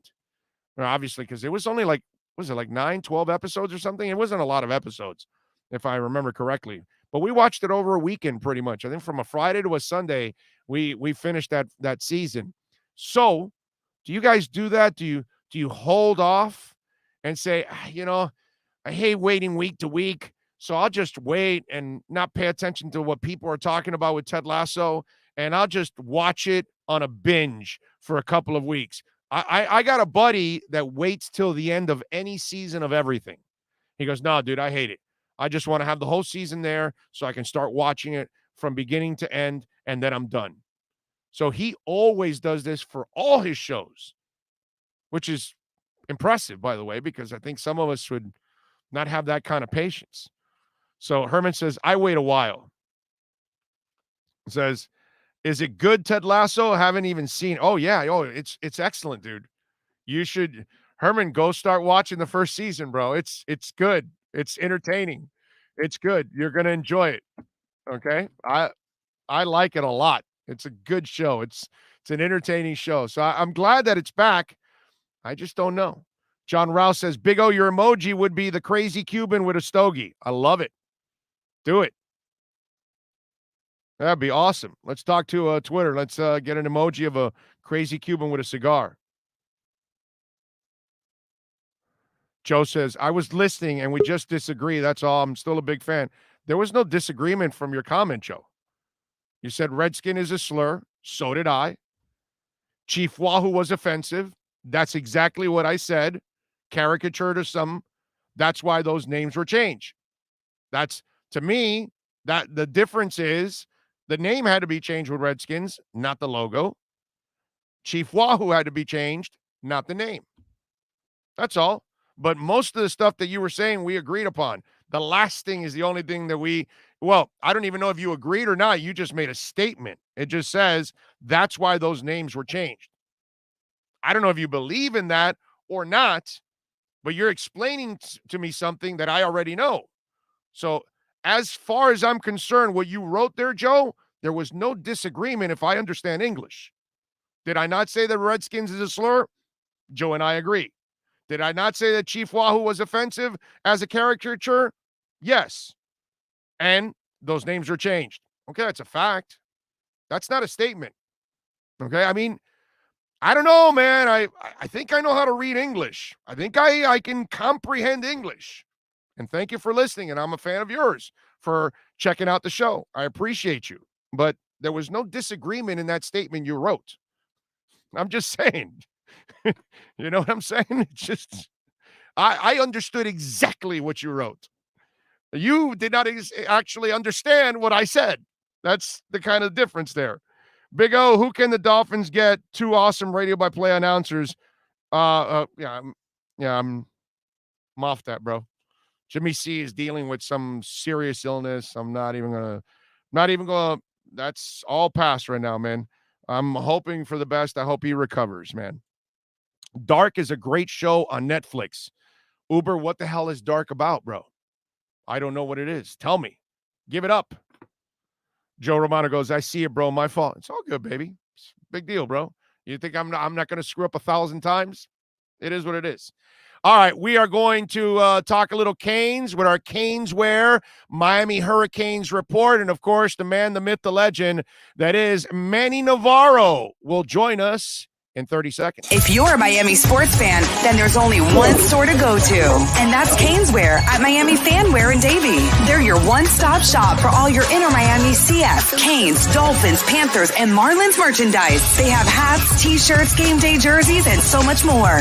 Located at 2511 South University Drive in Davie, and open 24/7 online at caneswear.com or innermiamiwear.com. Call them at 954-835-5597. Caneswear, the spot where Inter Miami and all Miami sports fans shop. The viewpoint, statements, or beliefs expressed on the following program by the host, guests, or callers are not necessarily the opinions of FantasyXS.com, Media Group Inc. ownership, management, sponsors, or website. Time for Canes fans to get what they want. Information, insight, and perspective. It's the Caneswear Miami Hurricanes Report with Manny Navarro, exclusively on the Big O Radio Show. Here's Big O and insider Manny Navarro. Hey, baby, yes. Man, all right? I'm doing good, man. Can you hear me all right? I'm in the airport here in Charlotte. Wow, damn. Yeah, I can hear the noise from the terminal, man. So go ahead. What were you going to say? No, yeah, I hope you don't hear too many get too many interruptions during the broadcast here with announcements for flights and so forth. So I apologize to the listeners if that happens. So how long are you sitting there till your flight? When's your flight? We board at 1, so my flight's at 1:30. But yeah, we got time to talk, man. We got plenty of time to talk today. All right, beautiful. First of all, I started off the show by commending Manny Diaz and the University of Miami football program, the Avante Williams situation. If true, which obviously they must have done some kind of due diligence on their own to find out the facts of all of this. But I give them, I know it's not an easy decision, but it was the right message sent. Yeah, I agree with you. Oh, I think, anytime you have a situation with domestic violence, a man hitting a woman, pushing a woman, whatever the circumstance is, you have to do the right thing. And in this case, Avante Williams was living with his girlfriend or ex-girlfriend here for the past 4 months here in South Florida. And according to the arrest affidavit, which I got my hands on around 8 o'clock in the morning, right when the PIO office at Miami-Dade opened, the details in there weren't pretty. The way he was treating her, shoving her to the ground, the fact that they had to take her to the hospital by ambulance, and so it's an ugly situation. And I think Manny Diaz did what a coach had to do, which was to part ways with Avante. Obviously, whatever happens in his personal life, whatever's going on in his personal life, when it gets to a situation like that, and everybody knows what happened, and it's public record, there's nowhere to hide, right? And so I think he did the right thing. Yeah, I'm with them. I give them a lot of credit making that decision. So first of all, talk to me a little bit about what nugget can you give us from the meeting this week for the ACC and obviously UM? Yeah, well, I got a chance to meet the new commissioner, the Athletic, me and a couple of other writers from the Athletic who were here covering the event. Got a one-on-one with the commissioner, Jim Phillips, and one thing that everybody's talking about now in college football, obviously, is what's going on with Oklahoma and Texas and them potentially going to the SEC and the kind of impact that would have on college football, obviously with the Big 12. And then, of course, the ACC, who is already making significantly less money than the SEC when it comes to TV contracts. So, the ACC is kind of the fourth out of 5 in the big in the Big 5 among the Power 5 conferences in terms of income. With TV revenue and so forth. So Jim Phillips' priority is making football stronger. And I think a big push is going to try to be made to try to get Notre Dame to join the conference in football. Obviously, they've got their reasons to want to stay independent, but with the shifting landscape and realignment and everything that's going on, I think the ACC is definitely going to join the discussion and try to beef up their conference with better schools. I think that's the long-term vision here as the super conferences continue to get stronger and stronger. So I think from a big picture perspective, that was my biggest takeaway. And then I think, just from talking to Miami's players, Bubba Bolden, who made the trip up here, D'Eriq King, Mike Harley, having some one-on-one conversations with those guys, as well as some other players around the ACC. For Miami, D'Eriq King he really does look healthy. He really does look like he's going to be ready to go that week 1. I know that's a question that you've had quite a bit. Yeah, and from all indications, D'Eriq told us, he's been cutting on the knee, the surgically repaired knee, for over a month now. He feels, I think he said he's 0.3 seconds off of his fastest time, in the 40 in terms of just pure speed and some of the testing that he's doing. So he feels like he's really close to being where he was at before. Now, he did have a conversation with Frank Gore, who tore his ACL twice at Miami, and several other players, including Anthony Brown, the quarterback at Oregon. And they're all giving him the same advice. Don't rush back, dude. So I think D'Eriq's going into fall camp now when it starts August 6th with the mindset of, you know what, if I need a couple of days off of practice, where I'm feeling a little sore, I'm not going to practice for a couple of days. And I think most Miami fans, when they start to read the reports from practice, when me and all the other reporters are out there tweeting, hey, who's here, who isn't, don't freak out if D'Eriq King's not there for a day or two. I think he's just sort of pacing himself as he comes back. That makes a lot of sense, dude. Every time you bring a guy back from injury, you kind of bring him back slowly and build up the workload because obviously there's wear and tear with all of that, and you want to make sure he can build up the strength because soreness will come. Because he can say he's cutting and all that, but he hasn't been playing real football yet. And once he starts playing real football, it's like, you know what it is? It's like us guys that were out of shape, right? Then we go outside and we go rake the leaves or cut the grass or wash the dishes. And you wash the dishes for 10 minutes and you go, damn, my back hurts. And you're like, well, yeah, of course, because your ass never washes the dishes. So now all of a sudden you're there. So when you start doing things you hadn't done in a while, you're starting to break muscles in and everything else. And so that's kind of the process. He's kind of got to be broken back into football. And, you know, we still have to wait for the dreaded first hit, right?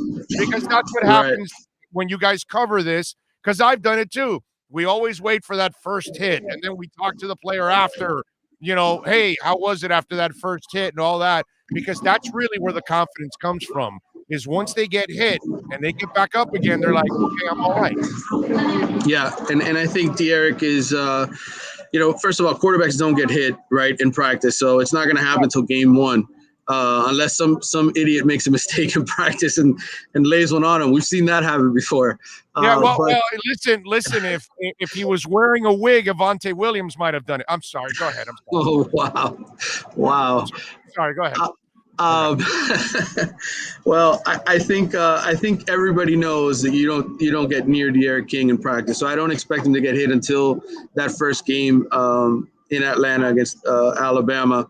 So we'll see. The other thing that I came away with, and I'm going to have a story probably on Monday, is just having conversations with other teams, other coaches around the conference to see what they think of Miami. You know, who do they really see as a contender to push Clemson this year? And I think there's a lot of questions about Miami's pass rush. You know, I mean, a lot of people were talking about how great Jalen Phillips and Quincy Roche were, you know, last year, and how much they really had to focus on those guys. And I think without question, like, everybody else is looking at Miami saying, okay, well, who do you got? Like, what's going to happen to your defense without those guys? And so, by the way, it hasn't been a great secondary. No. So if your pass rush is not great, it's going to serve up your secondary in a pass-happy game now that is college and the NFL. So in today's world, they love to pass, bro. And if you can't get to Sam Howell, he's going to light your ass up, man. You know what I'm saying? So no doubt.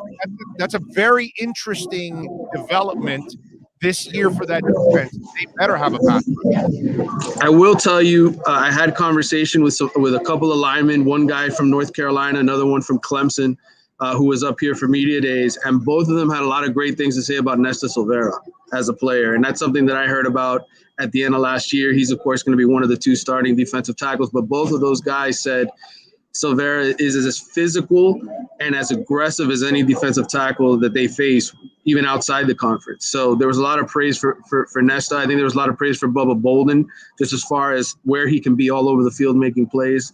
So I think from a defensive perspective, that's who the outsiders sort of view as the guys to watch for Miami's defense this year. And then I think on the offensive side, there's so much respect for De'Aaron King, man. And I think the NIL stuff, you know, the involvement that he has with that, with kids around the country, with other players, college players around the country, you know, he's one of the more respected players, I think, in the country this season. So they have a lot of respect for his game, a lot of praise for Rhett Lashley and his play calling. The Louisville guys, can you remember that big, whatever it was, 70-yard touchdown Cam Harris had in that game? Yep. They said that Rhett Lashley, you know, calls a lot of the same plays, but he hits you every now and then with a surprise. And there were a couple different teams that talked about that Miami's pace was the big difference with their offense last year. Oh, that's why Rhett Lashley isn't going to be around very long. Right. The guy's good, bro. That's just the bottom line. And you touched a little bit about it with the SEC trying to become an even bigger power. Just, you know, talking to people there, obviously, man, you get a lot of access to people. Are we still going to be a Power 5 down the line, or do you think in a few years we can find one of these conferences actually fall way behind and it becomes a Power 4? Because let me tell you, if they lose Oklahoma and Texas, that's an enormous loss for the Big 12. Enormous. Yeah, there's no question. I think. I think there's obviously that situation where you could just have 4 power conferences. I think you could get to that, but Oklahoma State, it's one of those universities has a lot of money, man, a lot of oil money out there. And I think that they're going to do their damnedest to try to keep this thing together. I don't know if they invite Boise State, if they invite some other, group of 5 teams, UCF, USF, get into Florida. Listen, there's going to be movement. This is just the tip of the iceberg, in my opinion, in terms of what's going to change here in college football, because the TV contracts come up. So anytime the TV contracts are coming to an end, whether it's 3 or 4 years from now, they're looking at that, and they're all looking to see how they can cash in and make money. And let's not forget, there's a lot of schools that lost money last year with COVID, with all the games and no fans there. So I think there's some schools that are definitely desperate, that are willing to do whatever it takes to get freed up, man, and to get more money for their program and to grow. And so I think the Big 12, it may not be called the Big 12 in a couple of years anymore, but I think it's certainly going to stay together in some way, shape, or form, because those schools, the Kansases, the Oklahoma States, the Baylors, all of those out there in the Midwest, they want to stay together. They really have nowhere else to go, because I don't think they're going to jump over to the SEC too. There's only so many. Wait a minute. Okay, so let me follow up with this, because SEC went after money, because Oklahoma and Texas is money, bro, and you're bringing it to the biggest money league in college football, which is the SEC. ACC is going to want to go after money also, dude. Why not go after Oklahoma State? Why not try to entice?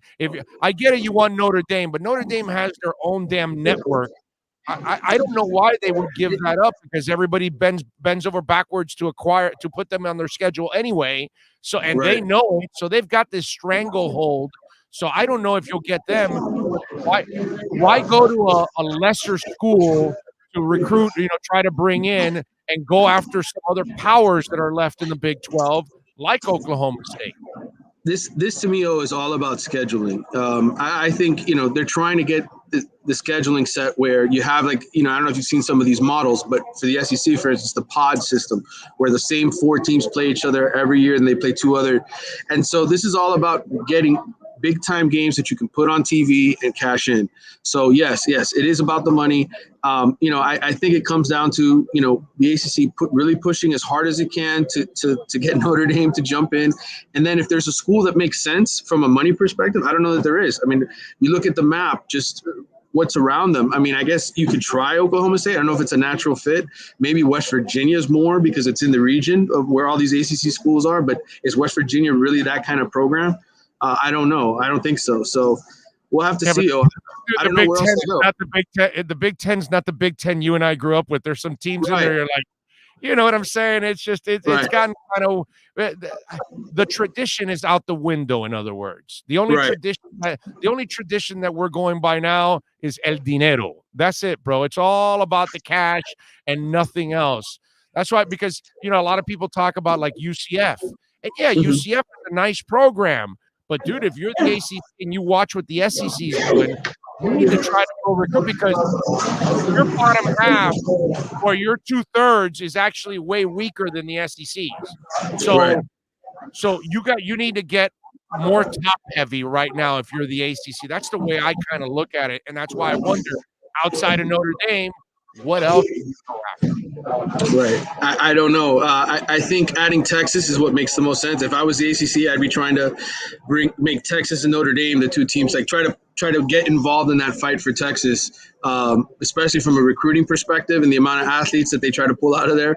I think Texas makes the most sense, but we'll see. I mean, to me, this is just, again, the tip of the iceberg. I know that there's reports out there that these conversations have been going on for 6 months. But it's interesting, Texas A&M is going to play a factor in this. They're the one that came over to the SEC, and they didn't want any part of Texas. They wanted the SEC just to be there. So I don't know how all those negotiations behind the scenes are going to shape this. I just know that by 2025, college football is going to probably look a lot different than what we know now. Justin Medlock, the recruit, what can you tell me? Yeah, I expect him to commit today whenever he makes his announcement. I talked to both of his coaches at his school at Manville High School, and they had nothing but high praise for this kid. I think the one issue is, he had the meniscus tear last year.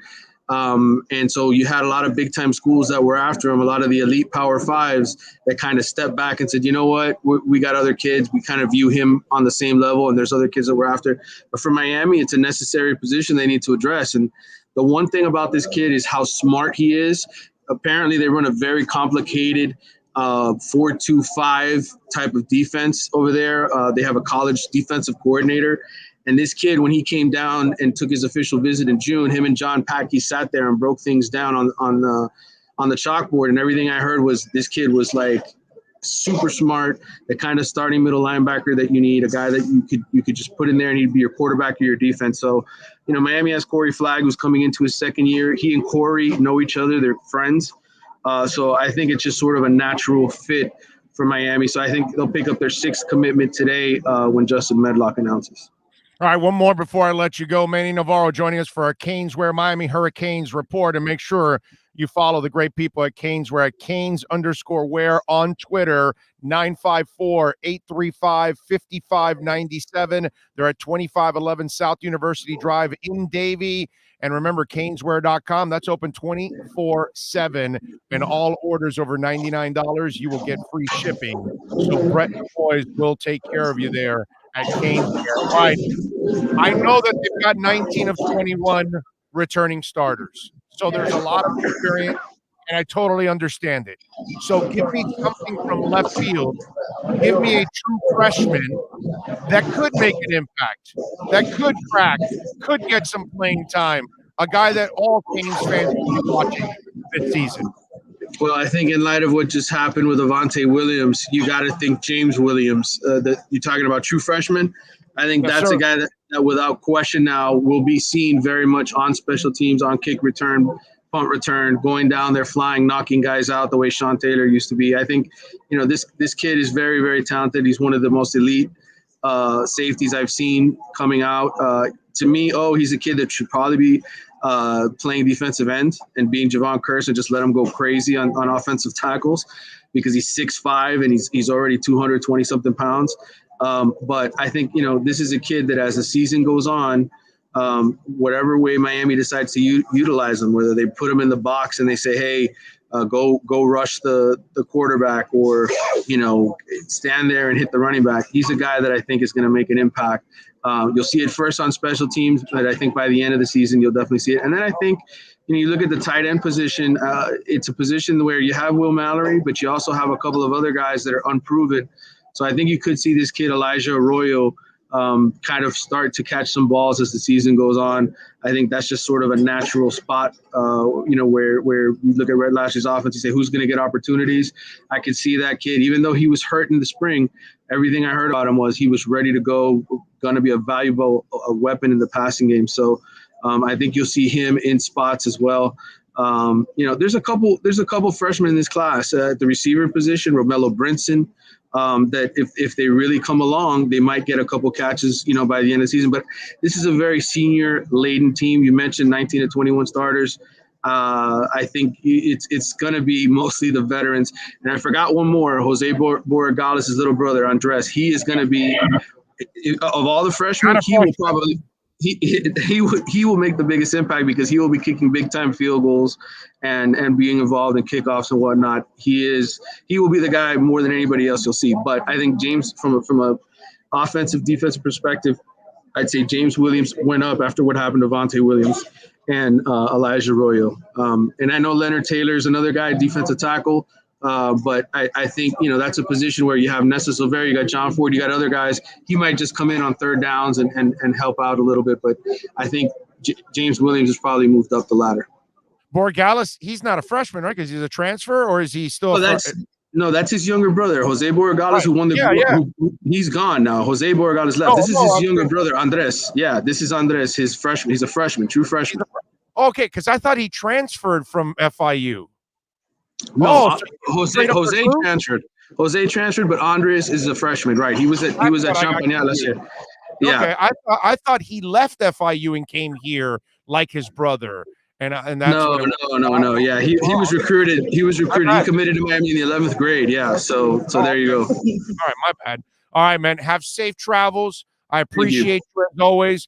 We will talk to you again on Tuesday for the Caneswear Miami Hurricanes report. Follow him on Twitter at Manny_Navarro. More importantly, folks, subscribe to The Athletic. It's extremely affordable. Plus, what you get out of it is a joke. Manny, as always, safe travels. I love you, brother. Be good. Thank you, man. Take care. Talk to you soon.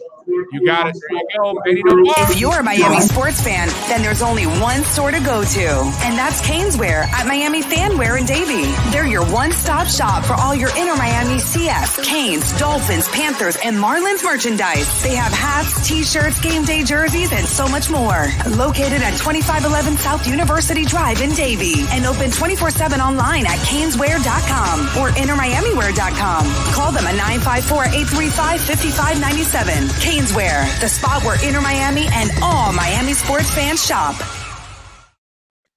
We are back, baby. Yes, after Manny Navarro's interview straight from the airport. Remember, this season it's going to be very interesting. Ira's going to be traveling, so we're going to be getting him at different times. Sometimes it won't be permanently the same time all the time because we may move around. Omar Kelly, once training camp starts, normally it's 11:30 in the morning, but you know what? We might do it a little earlier, might do it a little later, so you got to be alert on all of that. And there you go. And Manny, obviously, he was able to do it on time here with us. But the other day when he was doing his Tuesday hit, it was a little bit abbreviated because he was stuck in the middle of doing his job there with the ACC kickoff. But love Manny, appreciate him as always with our Caneswear Miami Hurricanes report, and we thank all of you out there for always tuning in and supporting us. Ragin says Tito says Notre Dame, West Virginia would be nice additions to the ACC.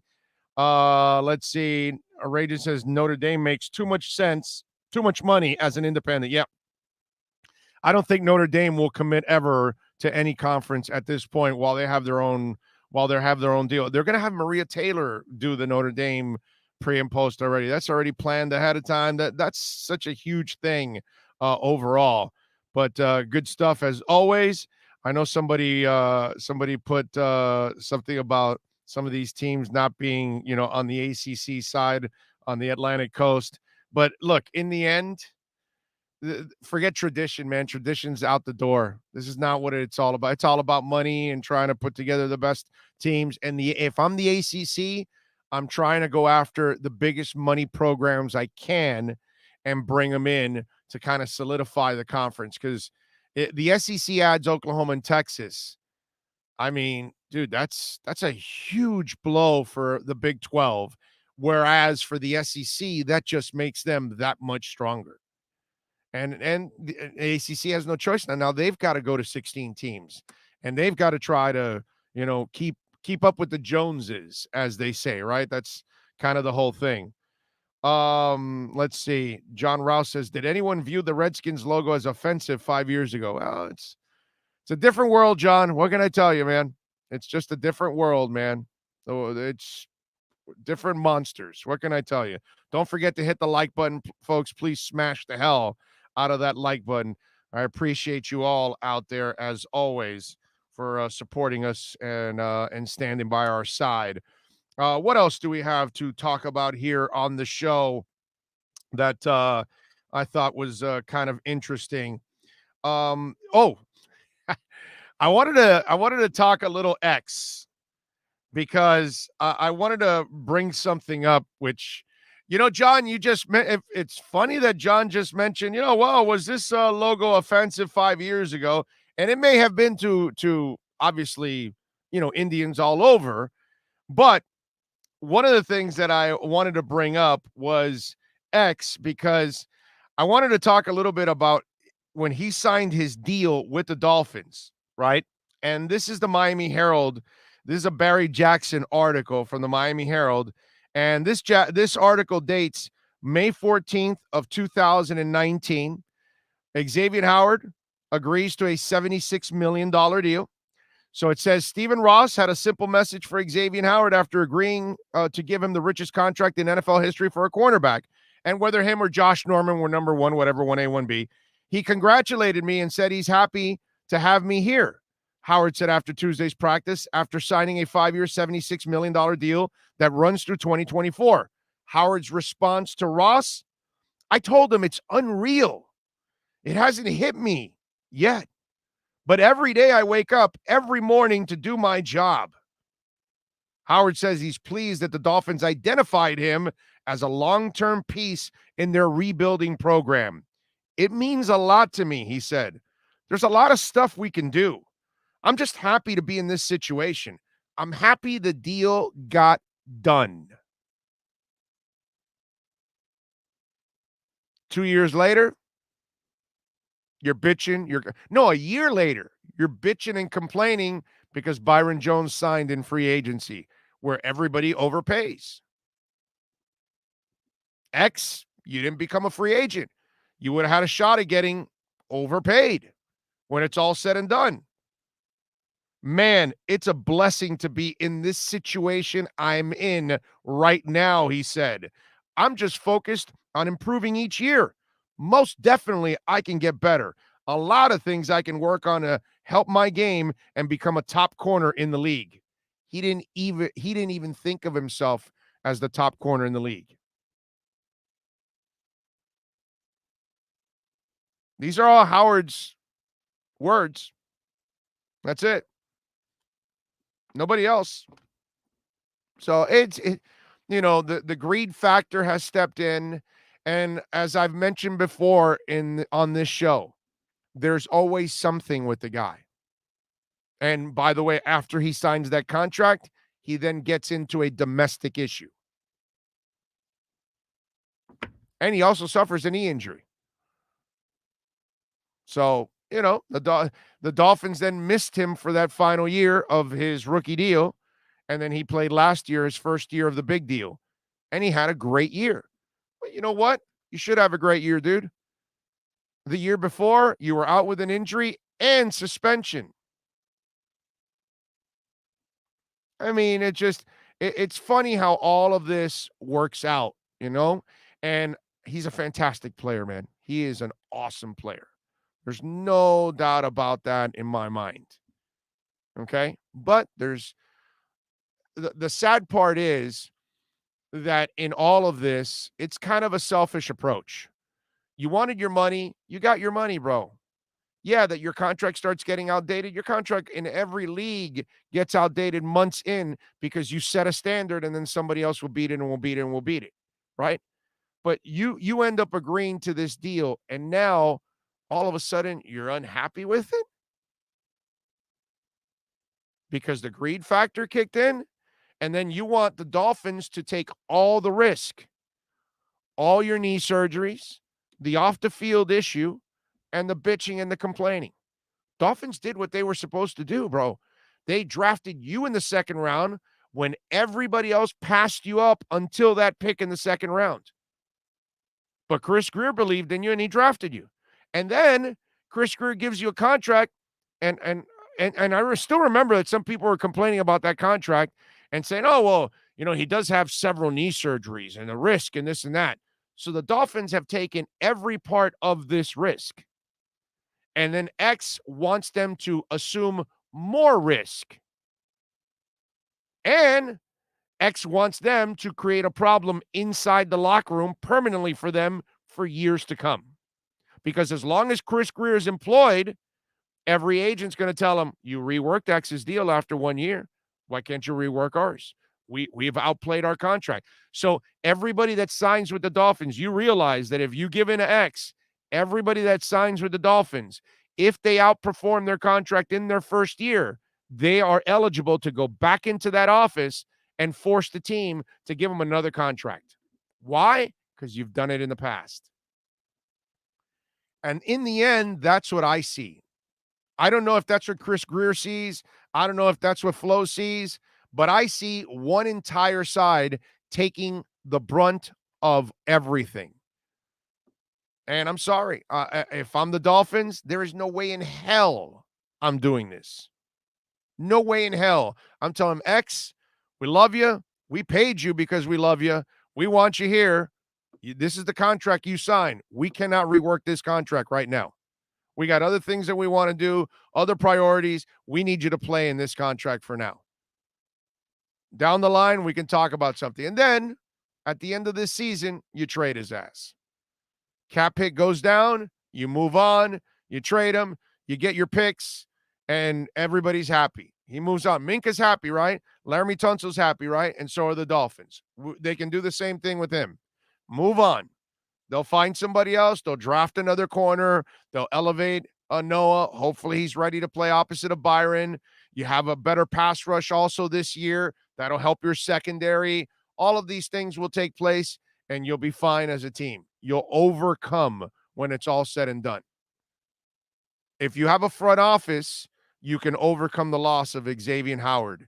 But if you give in to Xavier Howard, you are now going to create all kinds of future problems. All right? And I don't blame the agent whatsoever. All right? David Canner has to do his job. The guy hired David Canner. The guy wants money. It's not driven by the agent. It's driven by the player. So the agent has to go out there and try to do something that probably the prior agent could not do. And this agent's probably going to fail in getting a new deal with the Dolphins, but then eventually they'll get their deal because they'll get traded and they'll go somewhere else. Just be careful what you ask for, because if you end up in a place where you get, and here's the other thing. So what happens if X gets traded to a place that's not that good?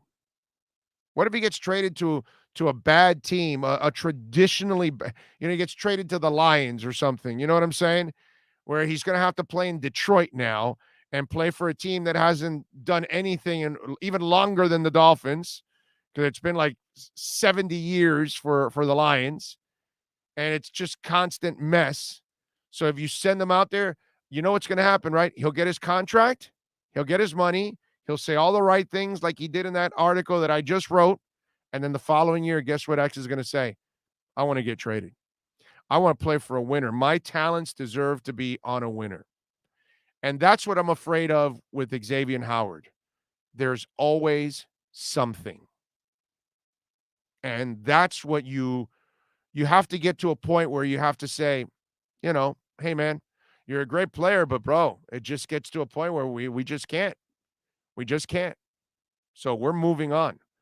And that's why I wanted to find that article so I can start reading, the reaction at that moment. And within a year, you're already unhappy. Less than a year, actually. Because if you sign Byron, that's in May. You sign Byron in February or March, I'm sorry, in the beginning of free agency. In less than a year, you are now unhappy with your deal because you're so worried about somebody else. That's where it kind of gets, I've had enough, what can I tell you? All right, remember, you can reach out to us on the YouTube channel here. You got a question, a comment. We sometimes are able to get to it and respond. Email anytime you're listening on the podcast. You got a question, you disagree with something, agree with something, you like the segment, you hated the segment, you love the show, hated the show, send it in, Big O Radio Show at yahoo.com. Of course, Cash App and Venmo is another way to reach out to us. Search for Cash Big O Show. That's Cash Big O Show. And always send it in there. We appreciate it. Twitter, Big O Show too. Dolphins sign a CB from the Eagles. Yeah, but that don't. I'm not talking about scrubberinis. I'm not worried about backups and rotational guys at this point. The guy that we got to see now is Noah. That's the guy that becomes Noah becomes right now the biggest impact guy that we have to watch for the Miami Dolphins this offseason and going into the regular season. Because if Noah, put it this way, those of you that are nervous about this X situation, be honest now. Be honest. If Noah's balling every time he plays, filling in, do you then start to get worried about the X situation? Or you start saying you build confidence in it, right? You say, okay, well, no, they got a guy to replace him. Let's go, move on. If this guy is going to be complaining constantly and will be creating issues, yeah, he's a great player, but he's also a pain in the ass. Well, then let's move on. And that to me is the spotlight focus that we need to have I mean, there's plenty of players we got to look at. Obviously, Tua is number one. We all are looking at Tua to take that next step and become that franchise guy that we desperately need down here to watch with our Dolphins. But a guy like Noah is the guy that a lot of us are going to be watching. Because if he improves, then that makes you feel better about this situation. If he regresses or shows no improvement, then that makes you feel real nervous about losing X, because then obviously you're going to get exposed on that side of the field. And even though I will tell you this, I think the secondary should be better this year. Why? Because the pass rush should be better this year. Adding Jalen Phillips should add to your pass rush. Getting Vince Beagle back should add to your pass rush. Adding Andrew Van Ginkel, another season of experience should get your pass rush. Seiler should help you out with your pass rush. More experience, built up the body, all those kind of things. Christian Wilkins is better. You should have a better pass rush. I'm not telling you he's going to get 9 or 10 sacks from the middle, but he might get to 5 this year or something. You know what I'm saying? So these are things that all should improve. Emmanuel Ogbah, he's on a contract year, baby. That should help out. Emmanuel Ogbah should be playing like a werewolf this year. Why? Because he's on a contract. All these kind of things are really going to help the secondary look better. I expect them to, maybe the challenge of covering receivers might be slightly easier. Nothing's easy in the NFL, but I'm saying slightly because now you'll have more guys that can actually get to the quarterback. And if Jalen Phillips is what we expect, I mean, talent-wise, he could already be that guy, man, because he's got the gifts. You know what I mean? The only thing I was kind of concerned was with the concussions, but as I looked more into the concussions, I really, I kind of said, this makes a lot of sense, man. Because he's so gifted, and I kind of understand. And this year was so hard for I just think college football has become harder to decipher and scout. And in a year like last year, it becomes almost impossible, to be honest with you. But all of these things should help out the secondary this year. This is something that I'm really looking forward to with the Miami Dolphins.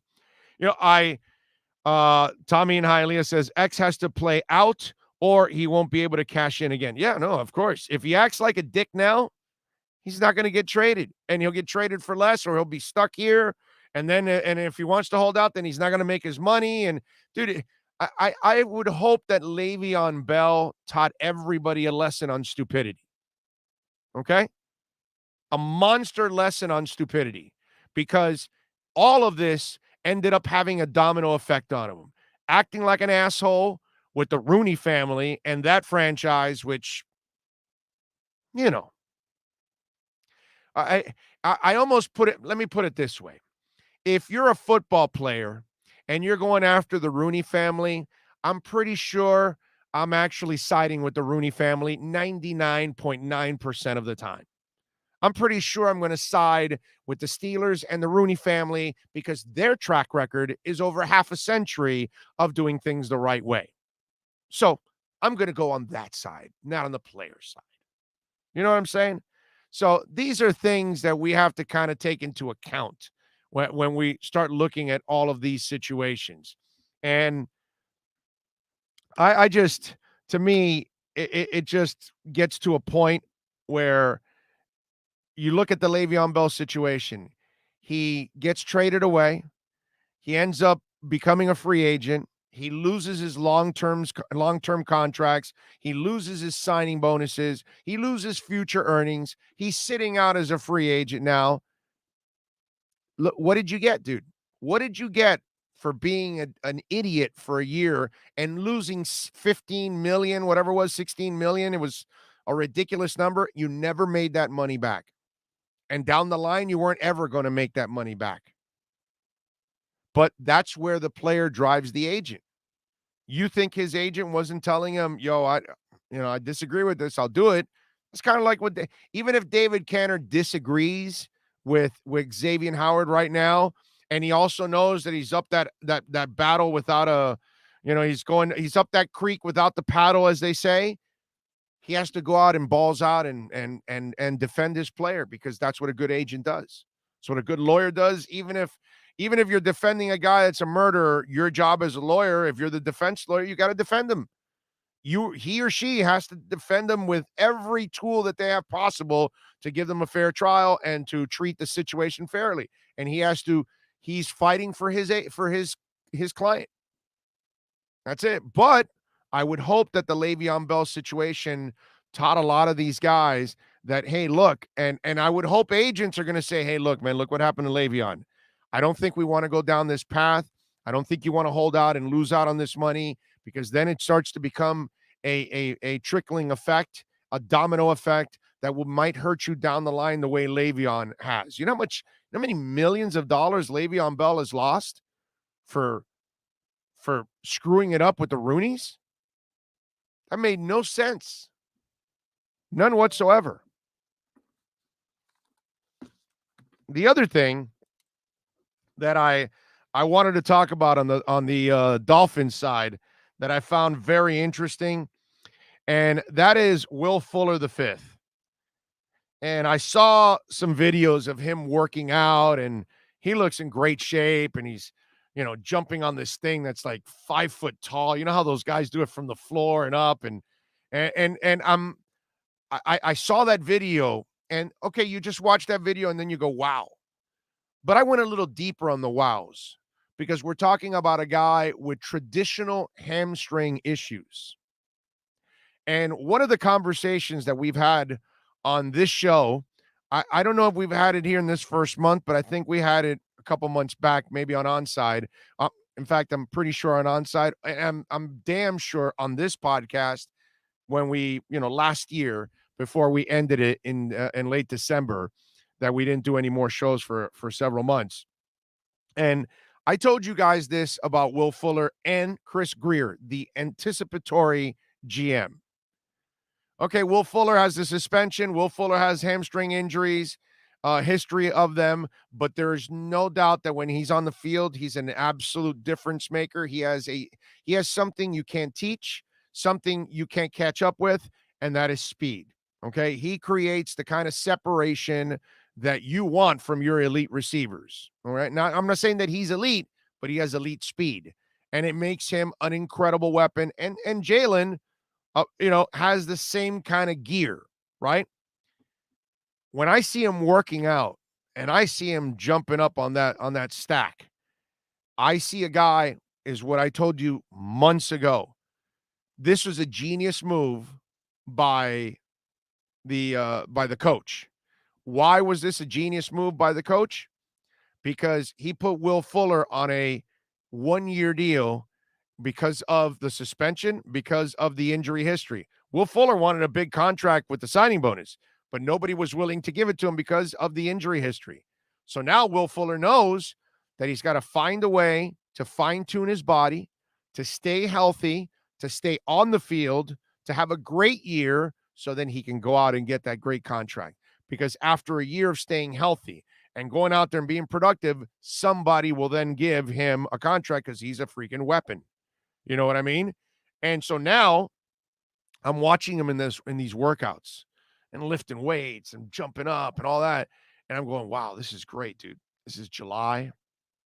The dude is driven mad to have a great year, is focused. And he's not worried about all the periphery. He's not worried about money. He's not worried about this and that. He's worried about getting a great year in. That way next year, he can get the money that he's been wanting for a long time. You know what I'm saying? And I loved to watch that video because, again, this is exactly the way Chris Grier probably envisioned it. I'll dangle this carrot in front of this kid. I'll give him a year contract. We all know he can ball, but he knows that if he doesn't take care of his body and he doesn't stay healthy and he doesn't stay on the field, he won't get that contract next year. Sure, it'll hurt me, but I'm only tied to him for a year. So I'm rolling the dice on a guy that could end up becoming one hell of an offensive piece for your team. And playing opposite of Jalen Waddle, which was probably their vision, they're like, okay, we're going to have the fastest pair of wide receivers in the NFL. Speed kills.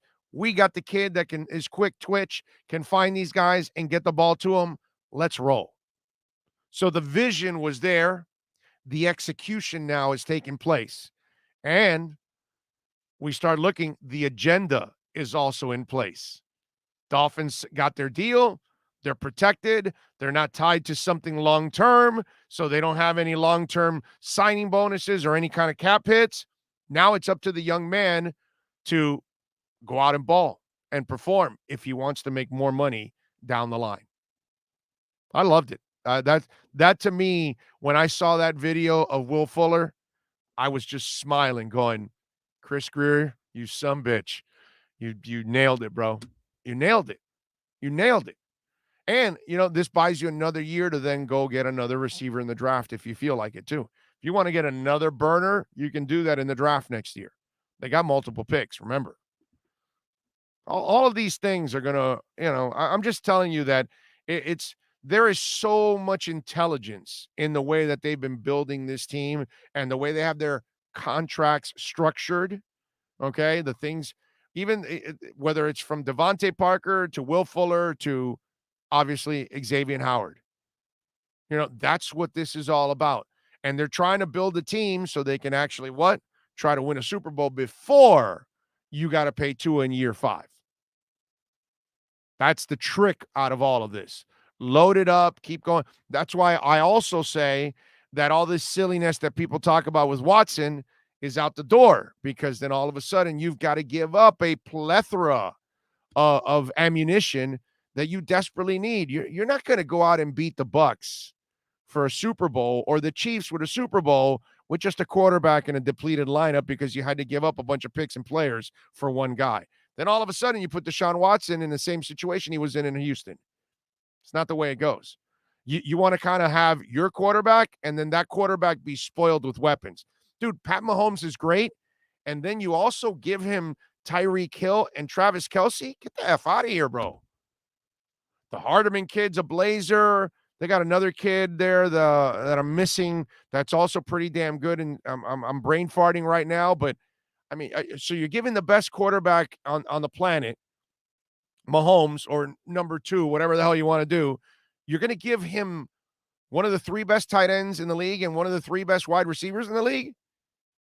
Oh, okay. So now you're going to acquire Tom Brady, and you already have Mike Evans and Chris Godwin. You're going to add crazy-ass Brown, and you've got Santiago and Brait, so now you're still going to add Gronkowski. That's what this game is. It's an arms race. You have to be very careful here. That's why with Tua, the way where you're placed, you can get into an arms race because you can build the arms. But if you got to trade for Aaron Rodgers, you got to trade for Deshaun Watson, you're going to have to trade a lot of your arms. And then that becomes a problem. Now you put the burden more on the quarterback. And that's kind of the situations that they've been in. They in Kansas City and Tampa, they look to make it easier for great quarterbacks. What you don't want to do is make it harder like Green Bay has on your great quarterback. Yeah, he'll respond, but he can only get you so far because if you don't have a good enough D and you don't have enough good weapons, he can only do so much. It's a tangle web we weave, ladies and gentlemen, when we look at this discussion and talk about what's going on in the NFL. Crazy stuff. Stones, by the way, announced a tour. No Miami date. They will be going to Tampa Bay. Speaking of the Bucs, October 29th, they'll be at the Pirate Ship at Raymond James Stadium. Rat, by the way, has a new documentary. I'm going to watch that tonight, hosted by Stephen Percy. It's called Nothing to Lose. I'm going to definitely check that out. Okay. Just a couple little music notes. Nothing big. The other thing, obviously, RIP to Greg Knapp and his family and the Jets organization. The man, unfortunately, the passing coordinator for the New York Jets, had a bike accident, hit by a car, and ended up passing away, unfortunately. Our thoughts and prayers to Greg Knapp and his family. Just terrible, man. Terrible, terrible. See, and that's why we have to cherish every day, ladies and gentlemen. Every day that we're on this earth and we get to enjoy our families and our friends, and or even get to work, or just even get to enjoy life. Every day that our eyes open is absolutely a true blessing. And our thoughts and prayers, man, with Greg Knapp and his family. Just terrible, terrible news to hear about that. So Chase one says, we will win one by 2030. Chase, they're going to win one next year, bro. Relax. Okay? Relax.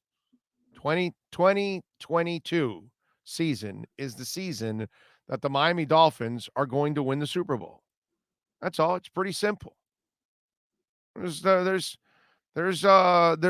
not really much else to really kind of what's that called? Get crazy about. Okay? It's going to happen. You got to have some faith that they're going to build it up. Yesterday, somebody was asking me that. And so I basically told them, listen, you gotta look at it this way. You've got to look at it that they are, wait a minute, where are we at here? Okay, here we go. I'm trying to find the soundbite from yesterday so I can play it for you guys, because we had a listener yesterday that was kind of I guess nervous about the future of the Dolphins. And I wanted to, have him feel good about it. I don't know what the hell I labeled it now. Unfortunately. Sucks. But basically, tune up here, title next year, bro. Tune up in 2021, title in 2022. No 2030. Don't make me wait till 2030. That's 9 years from now, bro. I don't want to. No. Next year is title year. All right. It's a beautiful thing. Willie says, Big O, I just emailed you. Please let me know if it's there. All right, bro. I will let you know if you emailed me and we got it. Let's see. I don't. Big O Radio Show at yahoo.com. I don't see your email, my man. Maybe it comes in late or something like that. But right now, oh, wait a minute. Is it, no, that's not it either. Did I go to the right? Oh, no, I went to the wrong one. My bad. Hold on. No, I'm in the right one. Yeah. I have several, what's it called? Several Yahoo accounts. But I appreciate all of you out there. So, Willie, resend it. Maybe is what you do. All right, folks, we are going to wrap it up here on the show on a Friday. Hope all of you out there have a great and safe weekend. Monday, of course, Omar Kelly will join us, and we'll talk a little Dolphins with him. And Tuesday will be, of course, Manny Navarro. Wednesday, we'll start our first edition of Inside the Paint. And that'll be 10 to 11 with Ira Winderman and Clay Ferraro as they get you ready for a little free agency and what the Miami Heat could possibly do. So a lot of basketball talk coming your way in the 10 o'clock hour here on the program. So good stuff there. Got a lot of and we're going to add more. We're not done yet. Actually, the show is going to continue to grow, and we're going to add a lot more, man. So appreciate all of you out there. I love you all. Thank you all out there for podcasting all weekend and listening to the show. Whenever you do listen to the show, afternoons, evening, weekends, whatever, email me at bigoradioshow@yahoo.com. That's bigoradioshow@yahoo.com. Send it in there. And, of course, Cash App or Venmo, Cash Big O Show, as always. That's Cash Big O Show. We will see you on Monday. Same time, same place, same bat channel.